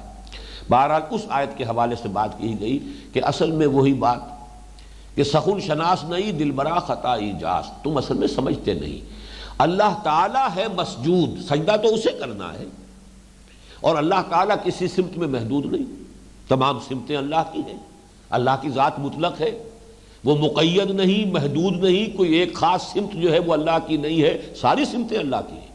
مشرق ہو، مغرب ہو، شمال ہو، جنوب ہو، ساری سمتیں اللہ کی ہیں. اللہ ہر سمت میں ہے. فَأَيْنَمَا تُوَلُّوا فَثَمَّ وَجْهُ اللَّهِ. جدھر بھی رخ کرتے ہو اللہ کا رخ وہی ہے. لہذا اصل شے یہ نہیں ہے کہ کسی سمت میں اللہ جو مسجود ہے تمہارا وہ محدود ہے. یہ تو در حقیقت قوم کے اندر، امت میں ایک یکسانی پیدا کرنے کے لیے، ایسا نہ ہو کہ جب عبادت کر رہے ہیں تو کسی کا رخ ادھر ہے کسی کا ادھر ہے. یہ تو ٹھیک ہے، ادھر بھی اللہ کا رخ ہے ادھر بھی اللہ کا رخ ہے، لیکن ان میں ایک اجتماعیت ہو، ایک یکرنگی ہو، ان میں ایک ہم آہنگی پیدا ہو جائے. اس یک رنگی ہم آہنگی کے لیے کسی سمت کو معین کر دیا جاتا ہے، ورنہ اللہ خود کسی سمت میں محدود نہیں ہے. جس کو غالب نے بڑے خوبصورت انداز میں کہا ہے کہ ہے پرے سرحد ادراک سے اپنا مسجود، قبلے کو اہل نظر قبلہ نما کہتے ہیں. اصل میں مسجود جو ہے وہ ہمارا کعبہ نہیں ہے. کعبہ جو ہے وہ در حقیقت ایک سمت کی حیثیت سے معین ہو گیا ہے کہ ہم نے، اللہ تعالیٰ نے وہ ہمارے لیے قبلہ مقرر کر دیا ہے، ورنہ اصل میں مسجود خانہ کعبہ نہیں ہے. مسجود تو اللہ ہے، اور اللہ تو سرحد ادراک سے بھی پرے ہے. وہ تو جیسا کہ حضرت مجدد الفسانی کہتے ہیں، وراء الورا ثم وراء الورا ثم وراء الورا. ہمارے فہم سے، عقل سے، ہمارے تخیل سے، ہمارے واہم سے، ہماری امیجنیشن سے، ہر چیز سے وراء الورا وراء الورا وراء الورا. ادراک تو بہت قریب کی بات ہوتی ہے، وہ تو ہمارے تخیل سے بھی بعید ہے پرے سرحد ادراک سے اپنا مسجود، قبلے کو اہل نظر قبلہ نما کہتے ہیں. تو پہلا جواب تو اسی وسعت کے ساتھ دیا، قل اللہ المشرق والمغرب یہدی من یشاء الی صراط مستقیم. کہہ دیجئے کہ مشرق و مغرب، شمال اور جنوب سب اللہ کے لیے ہیں، اور یہ تو اللہ تعالیٰ کا اپنا اختیار مطلق ہے، جس کو چاہتا ہے سیدھے راہ کی ہدایت دیتا ہے. اب یہ جو دوسرا ٹکڑا ہے اصل میں یہ اس اعتبار سے اہم ہے کہ اگلی آیت کا جو پہلا لفظ ہے کذالک، اس کا تعلق اس ٹکڑے کے ساتھ ہے. اللہ جس کو چاہتا ہے ہدایت دیتا ہے، اللہ جس کو چاہتا ہے نبوت سے سرفراز فرماتا ہے. اللہ نے ان اللہ اصطفیٰ آدم و نوحا وآل ابراہیم وآل عمران علی العالمین. اللہ نے چن لیا، پسند کر لیا، آدم کو پسند کیا، نوح کو پسند کیا، ابراہیم کو، آل ابراہیم کو، یہ اللہ کی پسند ہے۔ اسی طریقے سے اللہ کا اختیار مطلق ہے، جس سمت کو چاہے قبلہ معین کر دے، یہ اس کا اختیار ہے۔ اسی طرح اللہ تعالیٰ اپنی رسالت اور نبوت کے لیے اگر پہلے وہ بنی اسرائیل کے اندر اس نے سلسلہ رکھا ہوا تھا، وہ بھی اس کے اختیار سے تھا، اب اگر بنی اسماعیل میں وہ منتقل ہو گیا، حضور کے پاس آ گیا، یہ بھی اس کا اختیار ہے۔ اور آج محمد صلی اللہ علیہ وسلم کی رسالت کی بنیاد پر ایک نئی امت جو تمہیں اے مسلمانوں ہم نے یہ شرف عطا کیا ہے، تو تم سمجھو کہ کس لیے تمہیں یہ امت بنایا گیا۔ یہ اب ٹکڑا جو ہے اس آیت کا نہایت اہم ہے۔ وَكَذَلِكَ جَعَلْنَاكُمْ، اس میں کس بات کی طرف اشارہ کیا جا رہا ہے کہ تم بھی یہ سمجھ لو کہ تحویل قبلہ اصل میں علامت ہے اس بات کی کہ اب تمہاری کورونیشن ہوئی ہے، تمہاری تاج پوشی ہوئی ہے، تمہارا نصب ہوا ہے ایک منصب پر۔ وہ منصب کیا ہے؟ یہ صرف فضیلت نہیں ہے، بہت بڑی ذمہ داری ہے۔ آپ کو معلوم ہے دنیا میں بھی اصول یہ privileges and responsibilities they go hand in hand, parallel ہوں گی۔ اگر پریولیجز زیادہ ہے تو کوئی ذمہ داریاں بھی زیادہ اٹھانی پڑیں گی، ذمہ داری کہیں کسی پر زیادہ ہے تو اسے اختیارات بھی زیادہ دینے ہوں گے، پریولیجز بھی زیادہ ہوں گی۔ تو تمہاری فضیلت، تمہیں یہ مقام جو عطا کیا گیا ہے، اس کا بہت بڑا ذمہ داری کا بوجھ ہے جو تمہارے کندھوں پر آیا ہے، اسے سمجھ لو۔ وَكَذَلِكَ جَعَلْنَاكُمْ أُمَّةً وَسَطًا، اسی طرح یعنی اسی اختیار مطلق کو مروع کار لاتے ہوئے، وہ اختیار مطلق ہمارا جو کسی کو جس کو چاہتے ہیں ہم ہدایت سے نواز دیتے ہیں، وہ اختیار مطلق ہے۔ یہدی من یشاء الی صراط مستقیم، جس کو چاہتا ہے وہ سیدھے راستے کی ہدایت دیتا ہے۔ اسی اختیار مطلق کا ایک ظہور ہے کہ اے مسلمانوں تمہیں ہم نے چن لیا ہے۔ یہ آیت جو چننے کا لفظ میری زبان پر آ گیا، نوٹ کر لیجئے، اس آیت کا مسمى جو ہے، مثنى، یہ سورہ حج کی وہ آخری آیت، هو اجتباکم، اے مسلمانوں تمہارا انتخاب ہو گیا ہے، تمہیں چن لیا ہے اللہ نے۔ هو اجتباکم وما جعل علیکم فی الدین من حرج، اور کس لیے چن لیا ہے؟ لیکون الرسول شہیدا علیکم وتکونوا شہداء علی الناس۔ فرق صرف یہ ہے کہ وہاں رسول کا ذکر پہلے، امت کا بعد میں، یہاں امت کا پہلے رسول کا بعد میں۔ وَكَذَلِكَ جَعَلْنَاكُمْ أُمَّةً وَسَطًا لِتَكُونُوا شُهَدَاءَ عَلَى النَّاسِ وَيَكُونَ الرَّسُولُ عَلَيْكُمْ شَهِيدًا۔ یہ جو پہلی آیت میں صفحاء کا لفظ آیا ہے، اس کے بارے میں تین آراء ہے۔ ایک تو یہ کہ ہم الیہود، یہاں پہ اصل مراد یہودی ہے۔ چنانچہ ایک حدیث موجود ہے بخاری شریف میں حضرت براء ابن عازب رضی اللہ تعالی عنہ سے کہ یہاں صفحاء کا لفظ یہودیوں کے لیے آیا ہے۔ ایک رائے یہ ہے، اور اس کو اختیار کیا علامہ ابن جریر طبری نے، کہ یہ منافقین کے لیے آیا ہے، لیکن اس کے بعد پھر جمہور کا تقریباً اس پر اتفاق ہو گیا ہے۔ ابن کثیر رحمہ اللہ بھی، اور پھر یہ کہ امام رازی رحمہ اللہ، یہ اس پر متفق ہیں، گویا کہ وہ عقلی اور منطقی کو جو انداز پر جو تفسیر لکھی گئی اور جو روایتی بنیاد پر تفسیر لکھی گئی، دونوں کے نزدیک یہاں پر یہودی بھی مراد ہے اور منافق بھی مراد ہے۔ یہ دونوں در حقیقت مل کر ایک وحدت ہو گئے تھے اس ایشو پر کہ یہودیوں نے وہ طوفان اٹھایا، یہ کیا ہوا معاملہ، یہ پہلے ادھر تھا قبلہ، اب قبلہ بدل گیا، اور مسلمانوں میں سے منافقین جو ہیں وہ انہوں نے ان کی ہاں میں ہاں ملائی، تو یہ گویا کہ سَيَقُولُ السُّفَهَاءُ مِنَ النَّاسِ، اس میں وہ دونوں شریک ہیں۔ قبلہ کسے کہتے ہیں؟ اس کے لیے امام راغب رحمہ اللہ کا قول میں آپ کو سنا دینا چاہتا ہوں کہ سارا اسمن لمکان متوجہ الیہ فی الصلاۃ، نماز میں جس چیز کی طرف بھی رخ کیا جائے گا بس اس کے لیے یہ اسم کی حیثیت سے، اسم علم کی حیثیت سے یہ لفظ جو ہے اختیار کر لیا گیا قبلہ۔ وہ قبلہ پہلے وہ تھا اور پھر قبلہ جو ہے، لیکن اس میں نوٹ کر لیجئے پہلا قبلہ اسے کہہ دیتے ہیں، لیکن اصل یہ ہے کہ اصل قبلہ یہی تھا، خانہ کعبہ ہی تھا، پرانا قبلہ یہی ہے۔ جیسا کہ میں نے پچھلی نشست میں بھی بتایا تھا کہ الرائے الصحیح فی من هو الذبیح، اس میں ثابت کر دیا ہے حضرت مولانا فراہی رحمۃ اللہ علیہ نے کہ خود یہود کا قبلہ خود یہ خانہ کعبہ تھا۔ ان کی قربان گاہ کا جو خیمہ تھا اسے جب بھی نصب کیا جاتا تھا، قربانی دینے والا کھڑا ہوتا تھا تو رخ اس کا جو ہے وہ خانہ کعبہ کی طرف ہوتا تھا، جنوب کی طرف ہوتا تھا۔ اور جیسے کہ حضرت موسیٰ کے تذکرے میں آتا ہے سورہ ہود میں غالباً، وَاجْعَلُوا بُيُوتَكُمْ قِبْلَةً، اپنے گھر قبلہ رخ بناؤ۔ حضرت موسیٰ کے زمانے میں قبلہ کون سا تھا؟ بیت المقدس کا تو کوئی وجود ہی نہیں۔ بیت المقدس تو 300-400 سال کے بعد حضرت سلیمان علیہ السلام کے زمانے میں تعمیر ہوگا، ہیکل اس وقت تعمیر ہوگا، بلکہ شہر بھی آباد ہوا ہے اس وقت ان کے زمانے میں، اس وقت تک شہر ہی موجود نہیں تھا۔ تو وَاجْعَلُوا بُيُوتَكُمْ قِبْلَةً، حضرت موسیٰ کو اللہ تعالیٰ کی طرف سے حکم آ رہا ہے، اور حضرت موسیٰ اپنی قوم سے کہہ رہے ہیں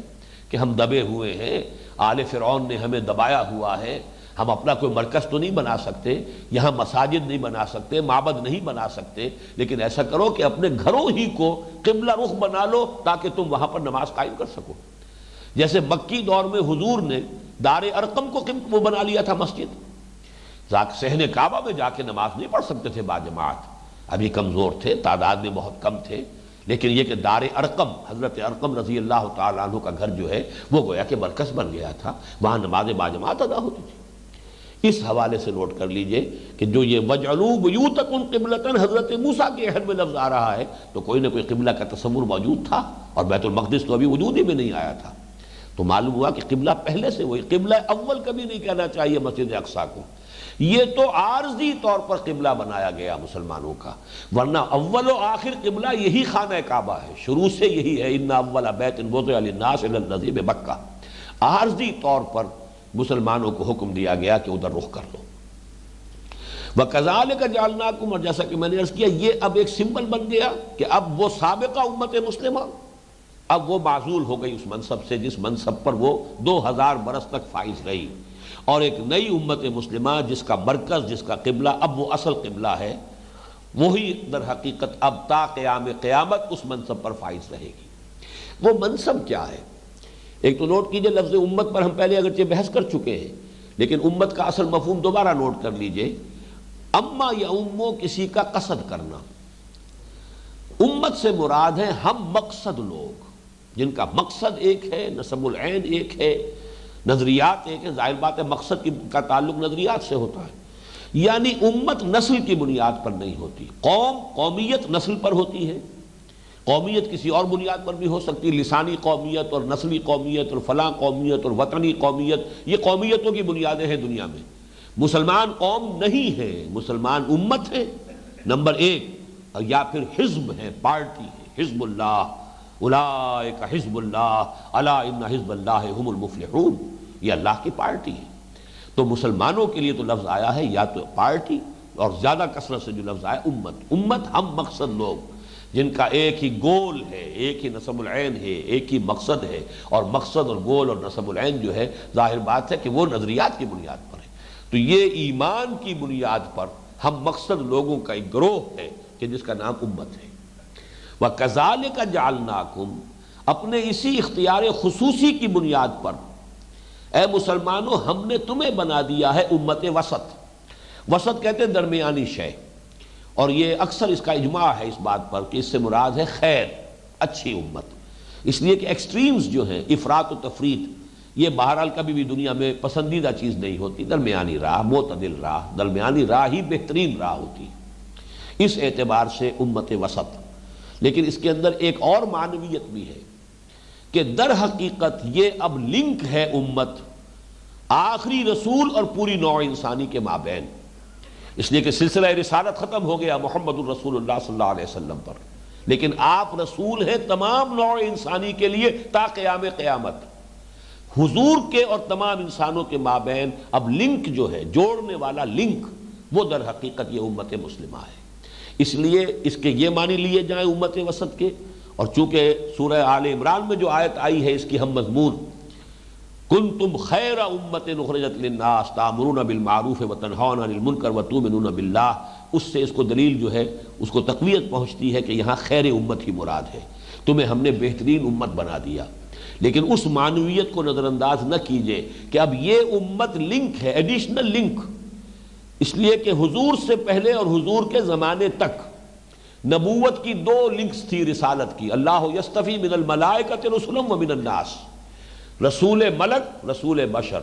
رسول ملک نے پیغام حاصل کیا اللہ سے، پہنچایا رسول بشر کو، رسول بشر نے پہنچا دیا اپنے ہم جنس ہم نوع لوگ جو ہے انہیں پہنچا دیا۔ دو ہی لنکس تھی، اب ایک اور رسول آ گئے، پھر وہی دو لنکس ہیں، پھر وہ رسول ملک، رسول بشر، اللہ یصطفی من الملائکۃ رسلا ومن الناس۔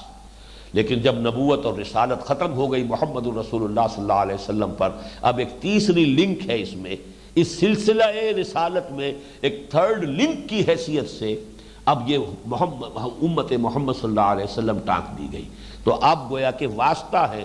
یہ امت، یہ واسطہ ہے حضور کے اور تمام نوع انسانی کے مابین۔ اس کے بعد کے الفاظ جو ہیں وہ بہت اہم ہیں، لِتَكُونُوا شُهَدَاءَ عَلَى النَّاسِ وَيَكُونَ الرَّسُولُ عَلَيْكُمْ شَهِيدًا، تاکہ تم بن جاؤ گواہ لوگوں پر یا لوگوں کے خلاف، اور رسول بنے گواہ تم پر یا تمہارے خلاف۔ یہ ذرا میں خاص طور پہ زور دے کر خلاف کا لفظ کہا ہے تاکہ کچھ حضرات جن کے علم میں یہ بات پہلے نہیں آئی ہے وہ چونک جائیں کہ یہ کیا ترجمہ میں کر رہا ہوں، لیکن اس کے لیے اب میں تجھے چند چیزیں چاہتا ہوں کہ اس لفظ کی چونکہ بڑی شدید اہمیت ہے اس کی، اور یہ قرآن مجید کے فلسفہ اور حکمت کی اہم بنیادی اصطلاحات میں سے ایک اصطلاح ہے، لہذا اس کی اصل حقیقت کو سمجھیے۔ شہد یشہدو کے معنی عربی زبان میں ہے موجود ہونا، شاہد وہ ہے جو موجود ہے، اور دیکھنے والے کے معنی میں بھی ہے پھر جو ہے وہ دیکھ رہا ہے، جو موجود ہے وہ دیکھ رہا ہے۔ شہد یشہدو یہ ہے موجودگی، یہ ہے اس کا اصل مفہوم، شاہد وہ ہے جو موجود ہے، لیکن اس پر اضافی مفہوم پیدا ہوا، نمبر ایک گواہی کا، اس لیے کہ گواہی اسی کی معتبر ہے جو موجود ہو کسی وقوعے کے وقت، اسی لیے کہتے ہیں چشمدید گواہ ہوں، میں موجود تھا وہاں، میں گواہ ہوں، تو گواہی کی بنیاد موجودگی ہے، لہذا گواہی کے معنی میں بھی یہ لفظ آیا،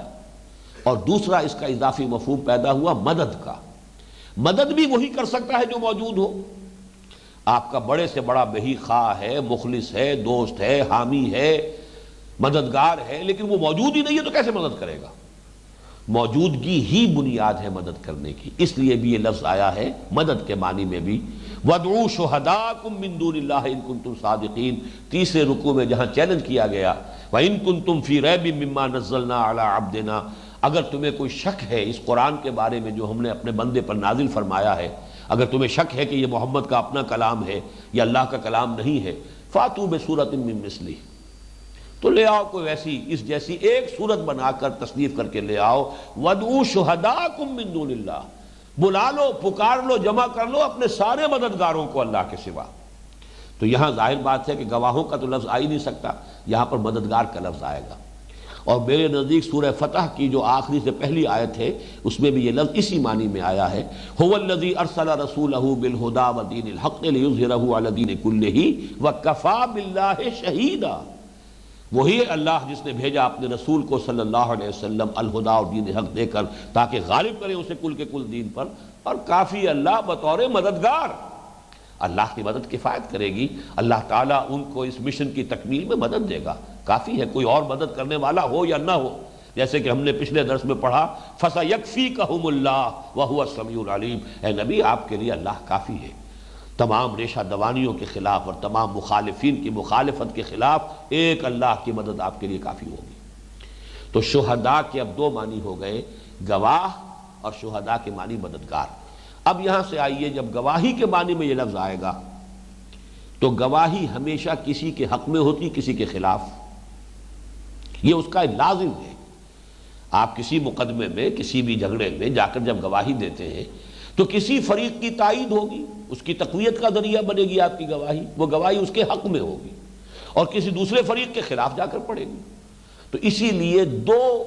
پریپوزیشنز ایڈ ہوتی ہیں اس لفظ کے ساتھ، شہادت لام کے ساتھ حق میں ہونا، اور شہادت علی کے ساتھ خلاف ہونا۔ اس کے لیے آسان ترین یاد رکھنے کے لیے ایک حدیث ہے جو قرآن مجید کے بارے میں حضور نے الفاظ فرمائے، القرآن حجت لک او علیک، یہ قرآن یا تمہارے حق میں دلیل ہے یا تمہارے خلاف حجت بنے گا۔ اگر آتا ہے لام کے ساتھ، لی، لکا، لکم، یہ کسی کے حق میں، کسی کے فائدے میں، کسی کے نفع میں ہونا، کسی کی ملکیت میں ہونا، اور علیکم تمہارے خلاف۔ یہ چیز جو اچھی طرح نوٹ کر لیجئے، ہمیشہ یہ لفظ جو آیا ہے قرآن مجید میں رسولوں کے کار رسالت کی تعبیر کے لیے اللہ کے ساتھ آیا ہے۔ رسول خلاف گواہی دینے والے ہیں، کس معنی میں؟ رسول جس قوم کے پاس آئے، اپنی دعوت کے ذریعے، تبلیغ کے ذریعے، براہین کے ذریعے، معجزات کے ذریعے سے حجت قائم کر دی اس قوم پر کہ وہ قوم جو ہے یہ نہیں کہہ سکتی اللہ کی عدالت میں کھڑے ہو کر کہ اللہ ہم تک تیرا پیغام پہنچا نہیں. وہاں ہر رسول کھڑا ہو کر گواہی دے گا، جسے آپ کہیں گے پروزیکیوشن وٹنس کی حیثیت سے، کہ اللہ تیرا جو پیغام مجھ تک آیا تھا میں نے پہنچا دیا تھا، میں نے اس میں کچھ چھپایا نہیں، کوئی کمی نہیں کی، کوئی اضافہ نہیں کیا. چاہے انہوں نے مجھے گالیاں دیں، چاہے انہوں نے مجھ پر پتھراؤ کیا، چاہے انہوں نے مجھے پاگل کہا، مجنوں کہا، جو کہا میں نے برداشت کیا، جو مخالفت انہوں نے کی میں نے جھیلی، میں نے تیرا پیغام پہنچا دیا. اب پھر ان سے کہا جائے گا کہ تم نے کیا کیا، تمہارا طرز عمل کیا تھا. یہ عذر کو ختم کرنے کے لیے، اسے قطع عذر کہیں یا اتمام حجت کہیں، دنیا میں رسولوں کی دعوت و تبلیغ کا حاصل کیا ہے؟ قوم پر اتمام حجت کر دینا، ان کے عذر اس کا خاتمہ کر دینا کہ کوئی عذر پیش نہ کر سکے. جسے آپ کہتے ہیں پلیڈ، اگنورنس کو آپ پلیڈ اپنی بنیاد بنا لیتے ہیں کہ صاحب ہمیں علم نہیں تھا. تو دنیا کے اندر تو عدالت کے اندر یہ اگنورنس جو ہے یہ کوئی ایکسکیوز نہیں بنتا، قیامت کے اندر یہ ایکسکیوز بنے گا. لیکن یہ ایکسکیوز ختم ہو جاتا ہے جب کہ بات پہنچا دی گئی ہو. رسول نے جب بات پہنچا دی اور پہنچانے کا حق ادا کر دیا تو اب ایکسکیوز ختم ہو گیا. یہی بات ہے کہ جو سورہ نساء میں جیسے یہ دوسرے پارے کا آغاز ہے، چھٹے پارے کے آغاز میں آیت آئی ہے بہت سے رسولوں کا نام لے کر، اور پھر فرمایا رسلا مبشرین و منذرین لئلا یکون للناس علی اللہ حجۃ بعد الرسل. ہم نے اپنے رسولوں کو مبشر اور نذیر بنا کر بھیجا تاکہ رسولوں کی آمد کے بعد لوگوں کے پاس اللہ کے مقابلے میں کوئی عذر نہ رہ جائے کہ اللہ ہم تک تو بات پہنچی نہیں، تیرا پیغام آیا نہیں، ہمیں کسی نے بتایا نہیں کہ یہ شے حرام ہے، ہمیں کسی نے بتایا نہیں کہ یہ راستہ غلط ہے، ہمیں ہمارا مواخذہ کس بنیاد پر، ہمیں سزا کس بات کی. لئلا یکون للناس، یہاں بھی دیکھیے وہ لام اور علا آ رہے ہیں. لئلا یکون للناس، لوگوں کے حق میں، لوگوں کے پاس، لوگوں کے لیے مدافعت کے لیے کوئی حجت نہ رہ جائے علی اللہ ہے، اللہ کے خلاف، یعنی اللہ کے مواخذے کے خلاف. اللہ مواخذہ کس بات کا؟ ہمیں تو بتایا نہیں گیا کہ یہ کام غلط ہے، جو کام ہم کر رہے ہیں اس پر سزا کس بات کی؟ یہ جو حجت ہے، یہ عذر ہے ختم کرنے کے لیے. لئلا یکون للناس علی اللہ حجۃ بعد الرسل. وہی لام اور علا نوٹ کر لیجئے اس آیت میں جو میں نے اس حدیث کے حوالے سے آپ کے سامنے رکھا، القرآن حجۃ لک او علیک. یا تو قرآن ہمارے خلاف استغاثہ لے کر کھڑا ہوگا، اے اللہ یہ لوگ مانتے تھے کہ میں تیری کتاب ہوں، مجھے پڑھتے ہی نہیں تھے. اے اللہ یہ مانتے تھے کہ میں تیری کتاب ہوں، پڑھتے بھی تھے، سمجھتے نہیں تھے. اے اللہ یہ سب سے بڑھ کر مجرم ہے جو سمجھ بھی گیا پھر بھی اس نے مجھ پر عمل نہیں کیا. یہ حجت پر حجت قائم ہوتی چلی جائے گی.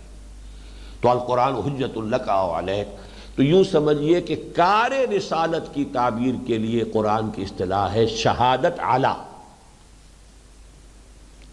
اس قوم کے خلاف گواہ بنا کر رسول کو بھیجا گیا. اسی لیے سورہ مزمل میں فرمایا انا ارسلنا الیکم رسولا شاہدا علیکم کما ارسلنا الی فرعون رسولا. دیکھو اے قریش، دیکھو اے عرب کے لوگوں، بھیج دیا ہے ہم نے تمہارے پاس ایک رسول تم ہی میں سے، تم پر یا تمہارے خلاف گواہ بنا کر، جیسے کہ ہم نے فرعون کی طرف ایک رسول کو بھیجا تھا. فعصا فرعون الرسول فاخذناہ اخذا وبیلا فکیف تتقون ان کفرتم یوما یجعل الولدان شیبا. تو فرعون نے رسول کی نافرمانی کی، ہم نے اسے پکڑا، وبال والا پکڑنا. تو تم کیسے بچو گے اگر تم نے بھی وہی روش اختیار کی؟ تم بھی ہماری پکڑ میں آؤ گے. تو یہ شہادت حق، شہادت علی الناس، کار رسالت کی ادائیگی کے لیے قرآن حکیم کی بنیادی اصطلاح ہے. اور اب ظاہر بات ہے کہ رسول صلی اللہ علیہ وسلم پر نبوت اور رسالت کے ختم ہونے کے بعد اس کار رسالت کی ذمہ داری ہے جو امت کے کندھوں پر آ گئی ہے. اب تمہیں پہنچانا ہے اللہ کا دین پوری نوع انسانی تک. اس لیے کہ محمد صلی اللہ علیہ وسلم کسی ایک قوم کے لیے، کسی ایک ملک کے لیے مبعوث نہیں ہوئے تھے، پوری نوع انسانی کے لیے. وما ارسلناک الا کافۃ للناس بشیرا ونذیرا. آپ نے بنفس نفیس اتمام حجت کا حق ادا کیا صرف اہل عرب تک. اگرچہ دعوت آپ کی پہنچ گئی ہرقل کے پاس بھی اور کسریٰ کے پاس بھی اور مقوقس کے پاس بھی، لیکن یہ تو اتمام حجت نہیں اس کو کہیں گے آپ. ایران کے کروڑوں انسان ہوں گے اس وقت جنہیں ابھی پتہ بھی نہیں چلا کہ محمد نام کا کوئی رسول جو عرب کے اندر جو ہے مبعوث ہوا ہے صلی اللہ علیہ وسلم. تو صرف کسریٰ کے نام ایک خط سے پوری قوم کے اوپر تو حجت قائم نہیں ہو گئی. صرف ہرقل کے نام ایک خط سے کتنی عظیم سلطنت روما تھی، تو سلطنت روما کے ہر فرد کے اوپر حجت تو قائم نہیں ہو گئی. جزیرہ نماء عرب کے کل کتنے لوگ ہوں گے؟ آج ساری آبادی 1 کروڑ سے زیادہ نہیں. میں سمجھتا ہوں کہ اس وقت پوری آبادی صرف لاکھوں کے اندر چند لاکھ آدمی ہوں گے پورے جزیرہ نماء عرب میں. 23 برس کی محنت شاقہ کے نتیجے میں حجت قائم ہوئی ہے صرف چند لاکھ لوگوں پر. ابھی تو کروڑوں جو ہے نسل آدم کے افراد دنیا میں موجود ہیں، ان تک یہ کون حجت قائم کرے گا؟ ان تک کون یہ دعوت پہنچائے گا؟ یہ وہ بات ہے جو خطبہ حجۃ الوداع میں حضور نے واضح کر دی. آپ نے جو بھی 1.25 لاکھ کا مجمع تھا سوال کیا ان سے، الا هل بلغت، لوگوں دیکھو میں نے پہنچا دیا کہ نہیں پہنچا دیا؟ پوری قوم نے کہا انا نشهد انک قد بلغت وادیت ونصحت، ہم گواہ ہیں آپ نے حق تبلیغ ادا کر دیا، حق نصیحت ادا کر دیا، حق امانت ادا کر دیا. 3 مرتبہ آپ نے سوال کیا، 3 مرتبہ پورے مجمع نے ایک آواز میں جواب دیا. پھر آپ نے نگاہ اٹھائی آسمان کی طرف، انگشت شہادت سے اشارہ کیا، اللہم اشہد اللہم اشہد اللہم اشہد، اے اللہ تو بھی گواہ رہے، یہ مان رہے ہیں کہ میں نے تیرا دین ان تک پہنچا دیا. پھر آپ نے فرمایا اب یہ ہے وہ ٹکڑا، اس آیت کا یہ ٹکڑا جو ہے اس کی شرح، فَلْيُبَلِّغِ الشَّاهِدُ الْغَائِبُ، اب لفظ شاہد بھی آ گیا یہاں. اب پہنچائیں وہ جو یہاں ہیں ان کو جو یہاں نہیں ہے. یہ بوجھ میرے کندھے سے اتر کر تمہارے کندھوں پر آ گیا. میری بعثت پوری نوع انسانی کے لیے تھی. یہ منصب ہے جو تمہیں عطا ہوا ہے. یہ منصب جہاں ایک بہت بڑی فضیلت ہے، جیسے محمد رسول اللہ صلی اللہ علیہ وسلم کے لیے منصب نبوت و رسالت کتنی بڑی فضیلت ہے، لیکن اس فضیلت کا جو ظہور ہوا دنیا میں، ایک ایک لمحہ محنت میں، مشقت میں، کیسی کیسی سختیاں جھیلی ہیں. کوئی پاگل کہہ رہا ہے، کوئی مجنون کہہ رہا ہے، کوئی شاعر کہہ رہا ہے، کوئی ساحر کہہ رہا ہے. ابتدائی چند سالوں میں یہ وربل پرسیکیوشن جو ہے، زبانی کوفت اور ایذا رسانی ہو رہی ہے. پھر یہ کہ فزیکل اسالٹس بھی ہوئے ہیں. آپ کی نگاہوں کے سامنے آپ کے جو بھی وفادار مسلمان تھے جس طرح ستایا جا رہا ہے، جس طرح کوڑے لگائے جا رہے ہیں، جس طرح زمین پر انہیں حیوانوں کی لاشوں کی طرح، جانوروں کی لاشوں کی طرح گھسیٹا جا رہا ہے. آخر اس سے کتنا صدمہ پہنچتا ہوگا حضور کو صلی اللہ علیہ وسلم. میرا نام لیوا، میرا جانثار بلال، آج اس کے ساتھ یہ ہوا ہے. آج خباب کے ساتھ یہ ہوا ہے، دیکھتے ہوئے انگاروں پر لٹا دیا گیا ہے. آج یاسر اور ان کی اہلیہ سمیہ ذبح کر دیے گئے، قتل کر دیے گئے. تو کیا کوفت اور صدمہ حضور کو نہیں ہو رہا؟ پھر آپ کے قریب ترین، عزیز ترین آپ کے جو صحابی تھے، جن میں کہ میں سمجھتا ہوں کہ قریب اقربا میں قریب ترین اور عزیز ترین حضرت حمزہ رضی اللہ تعالیٰ، کئی رشتے ہیں، دوہرے تیرے رشتے، خالہ زاد بھائی، دودھ شریک بھائی، اور دودھ شریک بھائی عرب میں تقریباً حقیقی بھائی کے برابر ہوتا تھا. اور چچا اور بھتیجے کا رشتہ تو سب کو معلوم ہے. دودھ شریک بھائی ہونا، خالہ زاد بھائی ہونے کا رشتہ معلوم نہیں ہے لوگوں کو. 13 رشتے تھے. پھر اسد اللہ و اسد رسول ہی، بچپن سے ساتھ کھیلے ہوئے ہم جولی، ہم عمر. لیکن یہ کہ ان کی لاش آئی ہے، آپ کو معلوم ہے، مسلح کیا ہوا ہے، ناک کاٹی گئی، کان کاٹے گئے، پیٹ چاک کر کے کلیجہ چبایا گیا. یہ سختیاں جھیلی ہیں محمد نے. کئی دن کے فاقے آ رہے ہیں، کئی دن تک چولہے میں آگ نہیں جل رہی ہے. تو فضیلت اپنی جگہ ہے، لیکن اس فضیلت کا جو ظہور عالم واقعہ میں دنیا میں ہوا ہے وہ تو ان شکلوں میں ہوا ہے. مسلسل محنت ہے، مشقت ہے، کوفت ہے، ایذا رسانی ہے، تکلیف ہے، یہ سب کچھ ہوا ہے. اور اپنوں کے ہاتھوں تکلیف. آخر عبداللہ ابن ابی منافق تھا تو کلمہ گو، محمد کا کلمہ پڑھتا تھا صلی اللہ علیہ وسلم، محمد کی امامت میں نمازیں ادا کرتا تھا، کھڑے ہو کر کہتا تھا چودراہٹ کے انداز میں، لوگوں سنو، توجہ سے سنو ان کی بات، یہ اللہ کے رسول ہیں. اور وہی شخص ہے جس نے حضرت عائشہ پر تہمت لگائی ہے. جس وقت حضور کی زبان سے کتنا دکھا ہوا دل ہوگا جبکہ آپ کی زبان سے الفاظ نکلے، کیا کوئی شخص نہیں ہے جو مجھے اس کی اجازت سے بچا سکے؟ میرے گھر والوں کے بارے میں جو یہ تہمت لگائی جا رہی ہے، یہ سب کو جھیلنا پڑا ہے محمد رسول اللہ صلی اللہ علیہ وسلم. تو سب یہی بات ہے جو سمجھنے کی ہے. اے مسلمانوں، تم اس سے صرف منصب نہ سمجھ بیٹھنا. یہی وجہ ہے ایک رکوع بعد جب مسلمانوں سے اب خطاب شروع ہوگا، وہ کیا ہے؟ پہلا خطاب براہ راست، یا ایھا الذین آمنوا استعینوا بالصبر والصلاۃ.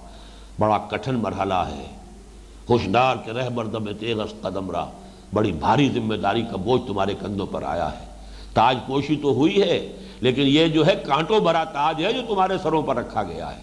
تاج تو ہے یہ، لیکن یہ کانٹوں کا تاج ہے۔ حضرت مسیح کو کانٹوں کا تاج پہنایا گیا تھا، جو بھی حضرت مسیح تھے یا جو بھی جن کو مسیح سمجھا گیا، کانٹوں کا تاج پہنایا گیا تھا۔ حضور صلی اللہ علیہ وسلم کے راستے میں کانٹے بچھائے گئے، تو یہ تو ہو رہا ہے۔ وَكَذَلِكَ جَعَلْنَاكُمْ أُمَّةً وَسَطًا لِتَكُونُوا شُهَدَاءَ عَلَى النَّاسِ وَيَكُونَ الرَّسُولُ عَلَيْكُمْ شَهِيدًا۔ اب اس کا جو ہے نتیجہ منطقی وہ کیا ہے؟ اگر رسول کوتاہی کرے بات کے پہنچانے میں، تو ڈیبٹ کریڈٹ کا جو بھی آپ کو ماڈرن اکاؤنٹنگ کا حساب معلوم ہے، رسول کو ڈیبٹ ہوگا، کریڈٹ کس کو ملے گا؟ قوم کو۔ یہی وجہ ہے، ایک ہی تاریخ ہے تمام انبیاء کی اور رسولوں کی تاریخ میں، ایک ہی مثال ہے حضرت یونس علیہ السلام کی۔ قوم کے اوپر عذاب کے آثار شروع ہو گئے، قوم نے توبہ کی، عذاب ٹل گیا۔ کیوں ٹل گیا؟ کہ حضرت یونس نے غلطی کی تھی، اللہ کی واضح اجازت آنے سے پہلے قوم کو چھوڑ کر چلے گئے تھے۔ ان کا ڈیبٹ ہے جو کریڈٹ بنا ہے قوم کے لیے، اس کی وجہ سے رعایت مل گئی ہے قوم کو۔ انہیں مچھلی کے پیٹ میں پہنچایا ہے، اور جیسے کہ کہا گیا ہے اگر وہ تسبیح نہ کر رہے ہوتے لا الہ الا انت سبحانک انی کنت من الظالمین، تو اب قیامت تک اسی مچھلی کے پیٹ میں رہتے، وہیں سے باعث بعد الموت ہوتا ان کا۔ لیکن یہ ہے کہ بہرحال انہوں نے توبہ کی، اللہ نے توبہ قبول فرمائی۔ لیکن دیکھا آپ نے کہ جو غلطی وہاں ہوئی تھی اس کا کریڈٹ قوم کو مل گیا۔ لیکن اگر نبی نے بات پہنچا دی تو اب گویا کہ کوئی عذر نہیں رہا قوم کے پاس۔ نبی سے کوتاہی ہوئی تو قوم حجت قائم کر سکتی ہے اللہ کے ہاں، اے اللہ انہوں نے پوری بات ہمیں پہنچائی نہیں تھی۔ اسی طریقے سے اگر ہم نہیں پہنچا رہے تو پوری دنیا کی طرف سے ہمارے خلاف استغاثہ ہوگا قیامت کے دن کہ اللہ یہ تھے تیرے نبی کے وارث، یہ تھے قرآن کے حامل، یہ تھے تیرے نبی کا نام لیوا، یہ تم تیرے دین کے علمبردار، ان کا معاملہ یہ تھا کہ انہوں نے دین پر خود عمل نہیں کیا، ہمیں کیا پہنچاتے؟ تو ہماری گمراہی کا وبال بھی ان پر، ہماری گمراہی کے ذمہ دار بھی یہ ہے وہ نازک ذمہ داری شہادت علی الناس۔